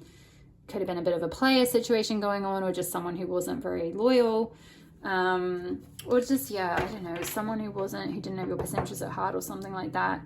Or if this isn't related to any kind of love situation, if this is more of a kind of workplace thing, or even a family thing, this could just be like someone who was maybe manipulative, or gossiped, you know, about you to another person, or something like that. And, you know, you weren't really invested in that friendship, or in that family member, or in that collaboration or group or something. And then like, it's like, okay, maybe now it's time to walk away from that thing, even though you loved it, and even though you invested in it, because there's like another situation that's so much more stable and steady and committed and loyal, and has your highest interest at heart. You know, because the Prince of Pentacles, like of all the princes, like he's not going anywhere. This is not Prince of Wands energy, who's a bit of a player. This isn't like Prince of Swords, you could be like a bit flighty, like that air energy. This is stable. This is earth energy. This is like showing up and like being there. Very dependable energy. So there's like a dependable offer coming through. There is a 2 of Cups waiting for you, whether that's a romantic partnership, whether that's just in a friendship situation, in a workplace thing, and a collaboration, whatever it might be. Let me get a little bit more on this Prince of Pentacles situation. It might be coming through. 5 of Staves, 5 of Wands. Interesting. In a conflict. I mean, 5 of Wands can talk about external conflict, but I feel like in this case, this particular card in this deck talks about, this is my very first tarot deck, and I remember a lot of the readings because I used to study it a lot when I was first learning tarot. And this card talks about like 5 aspects of the same woman fighting under a hot sun. So there's like a sort of a pressurized situation, but this is like the same person. But it's like different aspects of her psyche are kind of like at war with each other. So I kind of feel like this is related to working on that heart chakra healing, working on forgiveness, forgiving the past, forgiving the person who didn't have your best interests at heart, the person who was abusive or traumatized you or manipulated you or gaslit you or whatever it might be. The need to kind of really heal your heart chakra and do all the healing around that. Reintegrate those aspects of yourself, those, because that trust card talked about like reintegrating like parts of your soul that have split off, kind of thing. Because when this Two of Cups is ready for you, and when this Prince of Pentacles is ready to come in, if you haven't done that healing, like, you may feel very conflicted about that situation. I may not really trust yourself. Again, it's like a need to heal your self-trust. You may not really trust yourself, or like, you may not feel, you may not really trust feeling happy, because you may be so used to feeling, you may be so used to like feeling more fear. I'm kind of sort of getting like, I'm hearing like trigger happy, or trigger, is it not, it's not trigger happy, trigger, well, I guess just triggered. Like, you may just get triggered a lot, and you may scare very easily, kind of not really be able to, it's like kind of not really be able to trust yourself, like have a lot of inner conflict around something that's actually safe and stable, because it's kind of like you're expecting the worst, or you're expecting something to go wrong. You've gotten used to like someone who doesn't have your best interests at heart, that like, you know, being in a situation that's trusting and trustworthy is like, creates a lot of conflict within you, because that's not really normal. That's not what you've experienced. Interesting. Let's get one more. Get one more card. Some more guidance for Pearl 3. Whoa, yeah. Yeah, Ten of Swords. Yeah. Yeah, Five of Wands, because of Ten of Swords is the end of a cycle. Something completing, something ending. It's often, it doesn't show heartbreak here, but it's often related to heartbreak, betrayal as well, particularly, which I kind of picked up with one of the cards, I forget, maybe when I was talking about Eight of Cups or Five of Cups. But yeah, particularly if there was a narcissistic energy involved, quite likely, or, you know, then, you know, if there was someone who didn't have your best interests at heart, they likely betrayed you in some way. Or yeah, betrayed your trust in some way. Because yeah, trust is a big one. Trust is a big thing coming up. So yeah, walking away from this situation that has been, yeah, someone who just doesn't have your best interests at heart. Their situation is ended or ending. I feel like you're either in the process of walking away from it, or you have walked away from it and you're in the process of like healing from it and turning your attention towards like the future, towards having some more hope again, being able to restore your hope after loss, after like heartbreak, after betrayal, after your trust being broken, all of that. And we've got, oh, beautiful, the Sun. Yeah, this is the most positive and optimistic card you can get in the tarot. It's, you know, the sun, it's warmth, it's optimism, it's like a daffodil energy, it's hope, it's restoration of blessings, it's new positivity, and yeah, like a warm, sunny, bright energy that's coming in for you. Also a restoration of like your light as well, like when I was talking about like, you know, your self-confidence, your sense of self, your identity. You know, the sun is essentially like being able to, you know, it's connected to the solar plexus. It's like shining your light. All of that, which when you've had narcissistic abuse, really like the toll gets taken on your solar plexus in particular, like that self-identity, feeling confident in yourself. You know, I spoke about the candle being like snuffed out. So it's like someone tried to kind of like cover, like push you down, cover up your your inner light, like diminish you in some way. Look how opposite the energy is of this card and this card. This is so bright and warm, and this is so cold, like so cold. And it's just all these swords that are like crisscrossing, which I kind of get as like, you know, swords are thoughts, and or can be related to thoughts in the mind. And I kind of get that as the gaslighting, essentially, or the lack of, like, the instilling a lack of trust in yourself. And so there's, you know, there's all these like cross thoughts going on, all this like inner conflict going on of like, you know, what that person is telling you versus what you know to be true, versus, you know, what you're seeing versus what you're hearing versus what someone else has said. But, you know, and it's like so much confusion and pain and like, oh, just a big cluster of like mental energy, mental anguish, essentially. Telling me to have a look in the actual book. There might be a specific message about the Ten of Swords here.